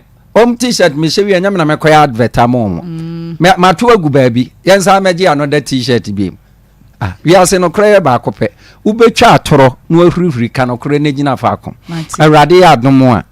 ochina Saturday me tenase ay counseling consultation and niji semne say me oba me ho don't talk the awode ba no awrade na me so me kani nyina kyerɛw ade na nya me de ade na chiwade ebeka no okay sa spirit bi honhom bi na awarew a wone oda wo sunsun mu a oba me de na chiwade ebeka no okay wade bi ayera unhunu na opese me kyerɛw ba bi e wa bra woyɛ adwuma bi enye wadwuma no opese me kyerɛw adwuma a woyɛ beboa wa bra ana obra so se ware aware ne kwansi emu ato a oba awrade na me so metima kyerɛw ba bi a ho kan ni wo na wakwakohia no mepe obi o echinyefo oni adanse da awrade adoma ochena anopa Saturday me wokumase airport runabout udru airport runabout a me wo Kings College and Kings International School o men hoho enti from number 0244 88 14 55 0244 88 14 55 yeda say mama abaya brem na osiri se asa papa no ancha me so say to me twa mani ahwedan mi hwenanim ai nenso pempe osinipe ai ye kasa yi waba wa me hu de tue mu ya I think say they are doing a good job ya na yen clients no na say ye kwa yen tenie mabiase by the radias se wo de ose ayoyo watumi aba fidikasi so aba be chirichiri mu sane adwuma no etie be kwa ne ma bi wo ho na minim but o kasa no mate ase pa free say wo gisika wo mu ho a wo bre te so ye den ye mfa ni nyina anye den emma but ne ma hu se ya na wa so abrabo ehia wo mu okay nti wo mu ankasa ebo wa wo de ne ho bi na wo soso wanya bi asan de akoye de wo de ye de awurade ase ye de awurade ase okay e wo ne pa ewie wo mu de ama minim se me ne ye tiefuo nyina obi akoma mu aye fato ne ye ma ye fine ti etu anamon akoye bibia ye nim de ye beka ene enim de be choose ene enim ekwan a omu be fa soso e de di ye ho dwuma nyame nhyira ne pa nyame nhyira wo pa ye da ase mama adwoa nana ya o kan ho me o se two powder but it's rather unfortunately am fa bi amma ya me kan ma sini pin se de mama kan ye no se nka bre ya mfa na ase mama han kam se kone bra no ka ba na nka omugusu ye no from February to May afena ne nsaka e yakoma mu nsem ntia oh manager ne betena ha no CEO no betena ha no on de waka na asem de e ka wono nko anka sa na opese nka company na eden e rane nanso omo ya ne de omo sisisi biaye bi no ukodu ya nema bi ombe ya kire wo no menye hwose enu be me wo fiti ya no de na asem ye den e ba ha e bia no akọ hu anamo mienu miensa bia omo de da no receptionist ne na asefo no omo ye kire no ni nyina akọ wi echi na koma mu nsem adaroma ye de nyame ase oba ye no waka am ye hu ne ewom na emom heavy lunch so wo form hon mo a oni ni sales for no hwan heavy lunch ono nze na hwan Anita oni ni sales for Anita na friend heavy lunch ni di no heavy lunch no de kitwa bi de abrɛw heavy lunch no peje mu ha hey Anita for no so baby ani kitwa bi na wom yeah you say today heavy lunch obekom kitwa yam fi ani nto ne so oni ni sales for no on say o grow fine Tuesday because o sponsor ye grow fine the indeed adwuma or ye na waye ni ye so enti say impact for person omunya impact Friday a oni omonkasa no mama heavy Friday heavy lunch ni sales for no e wo so mama o sign contract na obeka akoma mu nsem advert no ho ene Friday be giatum impact Friday ni a t-shirt no but so on sign ya yentimi nhye t-shirt ne mfa ma hanom ya eyese obaye abotoye mu aba ye besre mema enye bra we nko a mema enye ore ode baye nko a omo make sure say de biara obi ade na asemba ho no ma omo ebehia omo no maye na obetena ha na adware ye ba na obi de case fro ba ye mfo so ba ha o obeka mama wo hoi gu adwuma ye nwu adwuma no asa wudi ni pa di dia go oba mama shahasa nya mama shahasa mama she say ye na say ya na te ho no momo no ye kan ye ne nsa ana ye kan ye si ye twantro na ato omo so a but obetina ye o kan say si nanso omo di omo be hye so nti e be sire omo nkoso ana sika de moja pa ya say de no o che say wo senka o feel form obi ani abre o be jiska no wan kan che say o hie ska na kono ko feel form o say pasha uhia braho ye be yama na me be gia afuna ka chem se me nko ba before da bi ye sika de eye moja nkasa nti omo ya omunye ne yie ye da ase boys prefect obaya ana de o shirt ndi obo o all the way from UK so nim se me no want to kwa you we ebeko any problem cry you we she gloves ni ensure ring you fantastic and a fantastic Friday fantastic impact Friday okay yeah well onim say metia ni nyina na me hwe ne ekoso papa no being the CEO of the company me bona basopa okay onim say CEOs bebrebe esua de papa we ya nkomunyuma engu what you say there are a lot of institutions entities are egu all because of say lack of public relations abante na sem na ode bae no asem we a good company bebre what you say asem ode bae no say obi customer na our impactor ono susu betimi aka se de ekoi de o se me so me ko ba ko to aso mienu to aso miensa to aso pe e de adwuma go ye de etimi ba but adwuma na hu se nipa ba ko bia omo line no so bia no hu hia omo no matter who you are what you say ba ko mienu miensa na ma company do ba bia du no enti se obi ho obi nti bibia se na o de ko ba bia o so mo ye fast eba chirem ema nkrofo yeren eti ase eno na amama hu se company bi se no so no mo ye adwuma na even po enka semba ye no enkanyi si o mpo na oba o kumase de ya frɛ kumase manager bese maka se oh me kura me timi nko ye ma secretary nko no onko kasa but adwuma ne wura nan kasa na adwuma hu hia no nti no ni se adwuma pa no mo ye mo gye mo hu di nti no watwa free Accra aba Akoma mu Nsem onua TV abe kasa e de ama adwuma no it tells you say unu omo ye adwuma you are the right place eno na bebre enhu a ene ama adwuma bebre egu no enwuma e din wo wiase pa ye bank adwuma and insurance because omo deliver sikasem se information na nkoye pe munko ene de mekoye mesika mensanka munkoje yesi sikasa nene mia mesika me de abeto ha me beje mo sikasa ade abechina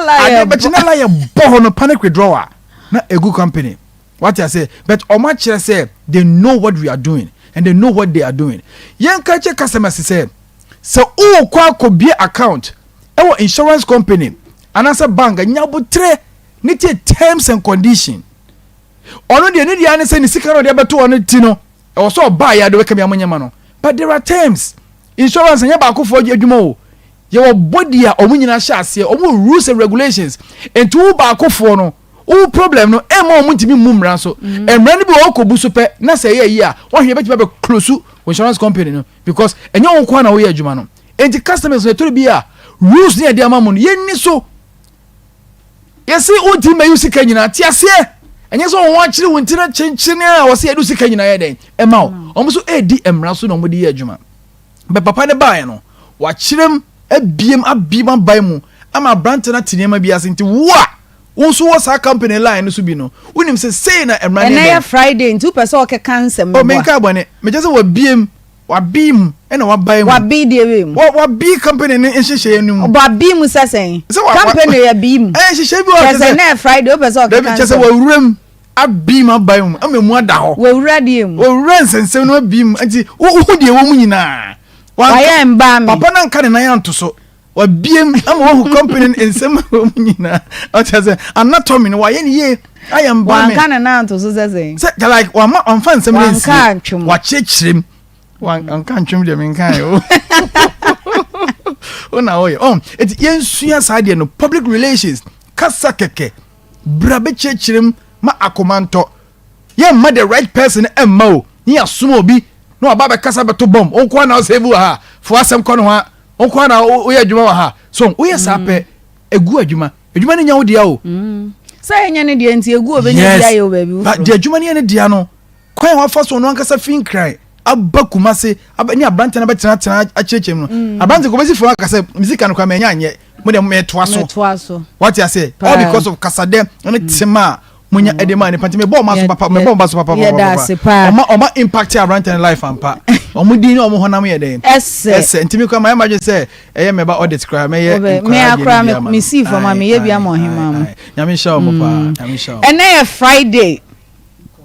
boja ye nti ye ko ene ye nche o mapon anu no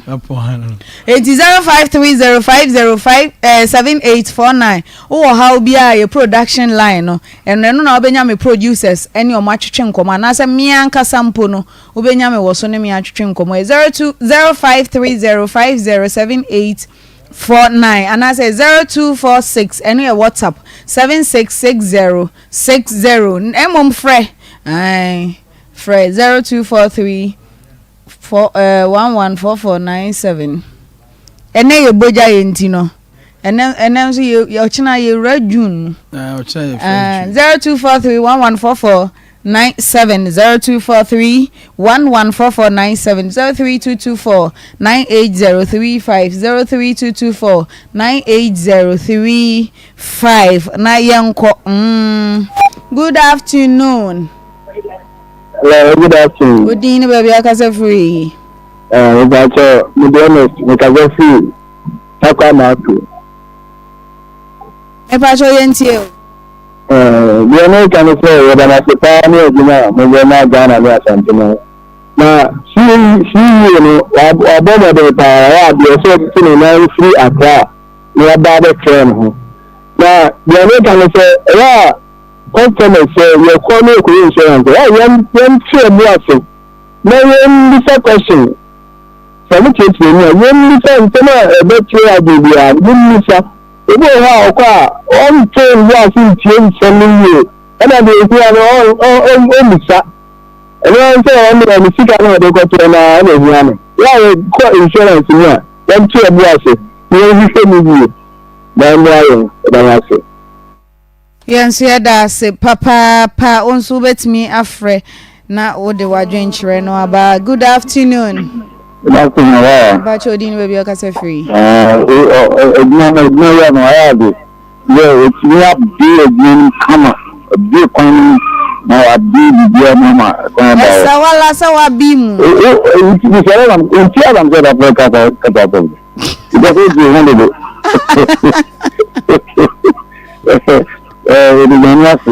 insurance companies now more Ghana. I'm not one na ja oman Ghana na ase toda na entemi for ni eduma ye emi obeyi ohun junior staff die insurance na body Ghana is you bi is redundancy na ma basa na tanka insurance companies are Ghana there they have been doing well. Okay. And the money has a impact on any of my dreams, any of me should be a omujina. You don't know what you need to Grandma, I know the company that could be a camera, Blanco, maybe. Good afternoon. Afternoon. What's your dinner, baby? I can say free. And I'm going to go to talk about but maybe I know I'm more program before insurance is again. Maybe I told me to Kasa. No, the person can maybe say. Me wa mo ko ya ni me bi water kwade ana me water kwade bi o sa company me bi water kwade ana me pa cho ani e bi water kwade yo yeah that's it. Good afternoon. Oh when me engineer so onso betimi afre wadaoma na ye no betwetwe enkomo. Good afternoon. Good afternoon. Madam Pacho, I can free of the criminal Sikaduru. Yo. But you could have the Sana Kakom in before Ebea and Kaya because you said the movie of question and so to include the training, you know. So that I sit time and that association with time movie. Yeah, so yeah, that was a pa FM get resource radio get resource. Now come Nsem the end do twem. Good afternoon. Good evening, baby. Free. Hello, yeah. Bibi aboko. Na ya ise mo media ma je tentane ya na. Chaza papa je baka ya bi mu ni e fechiri mu nu nyina. Entu baka na jo tentan. Ayi. Oh, ya ni ya. Enti sinse dia me ya no ompa na. Ompa na jo tentan. Enti maba no pe ya mabre na nyuma na masaba na jo ompa no pantentai ma fasti dawase why ma fasti dawase anajo tentai na odi ope ye kan show obia ye kan insurance no ne life no hu hia no anajo tentai no a abna de pa beba abna de pa beba so pa na jo ntentan no pa ntentan hey adi krom ha me say good afternoon but you didn't baby are free I thought a friend like you it's from but you ain't you it I thought you don't gamma say you say you know I'm not sure if you know that na the make answer that I'm a I think the day you know I get the adwene so wo kwa akodi a wo kwa insurance ma omo be kan fi the na say me yedi the one year dey into a full when we scan after the wo kwa na me say me ntie fa anya program that is sikano me tia na ya edin wo kwa say wan tie sikano masa no say I dey try na say see afana me say kan tika say me here omo tumi so na mo anke me say de ikwa no a bitimi so won sa kan tia no de ye nhihye de ya munya abotre ma wo mo why en go tio oba ya so wo kwa ya me say o kan de mi omo be say ba tika no ye sa kan na wo ya mti say o kan de sa o say mti tika no so no omo tia omo nyama no le me pa cho mo be ye ni nyina ye da si mi nwa ba ubetimi afre na chese yede dwumadi ni nyina be na Friday sports for no momra na ene ya pon little abegina ho hwe mesa no na mi ja mu bi no momma mi gbowura mu de mu anam bebo me. Good afternoon. Good afternoon. Low radio no mama why wadama. Good afternoon. Good afternoon. Woody ni baby after. Yo, yenti yo. Papa ndo ya dia pa ya bona ba ko ya be kiti. Ba ya kira mo pe ka yo da jiska na amu yen intention na ya mo ya ko mo ka tan de ba kan ko ja na ya di ja. Okay, yeah that's it.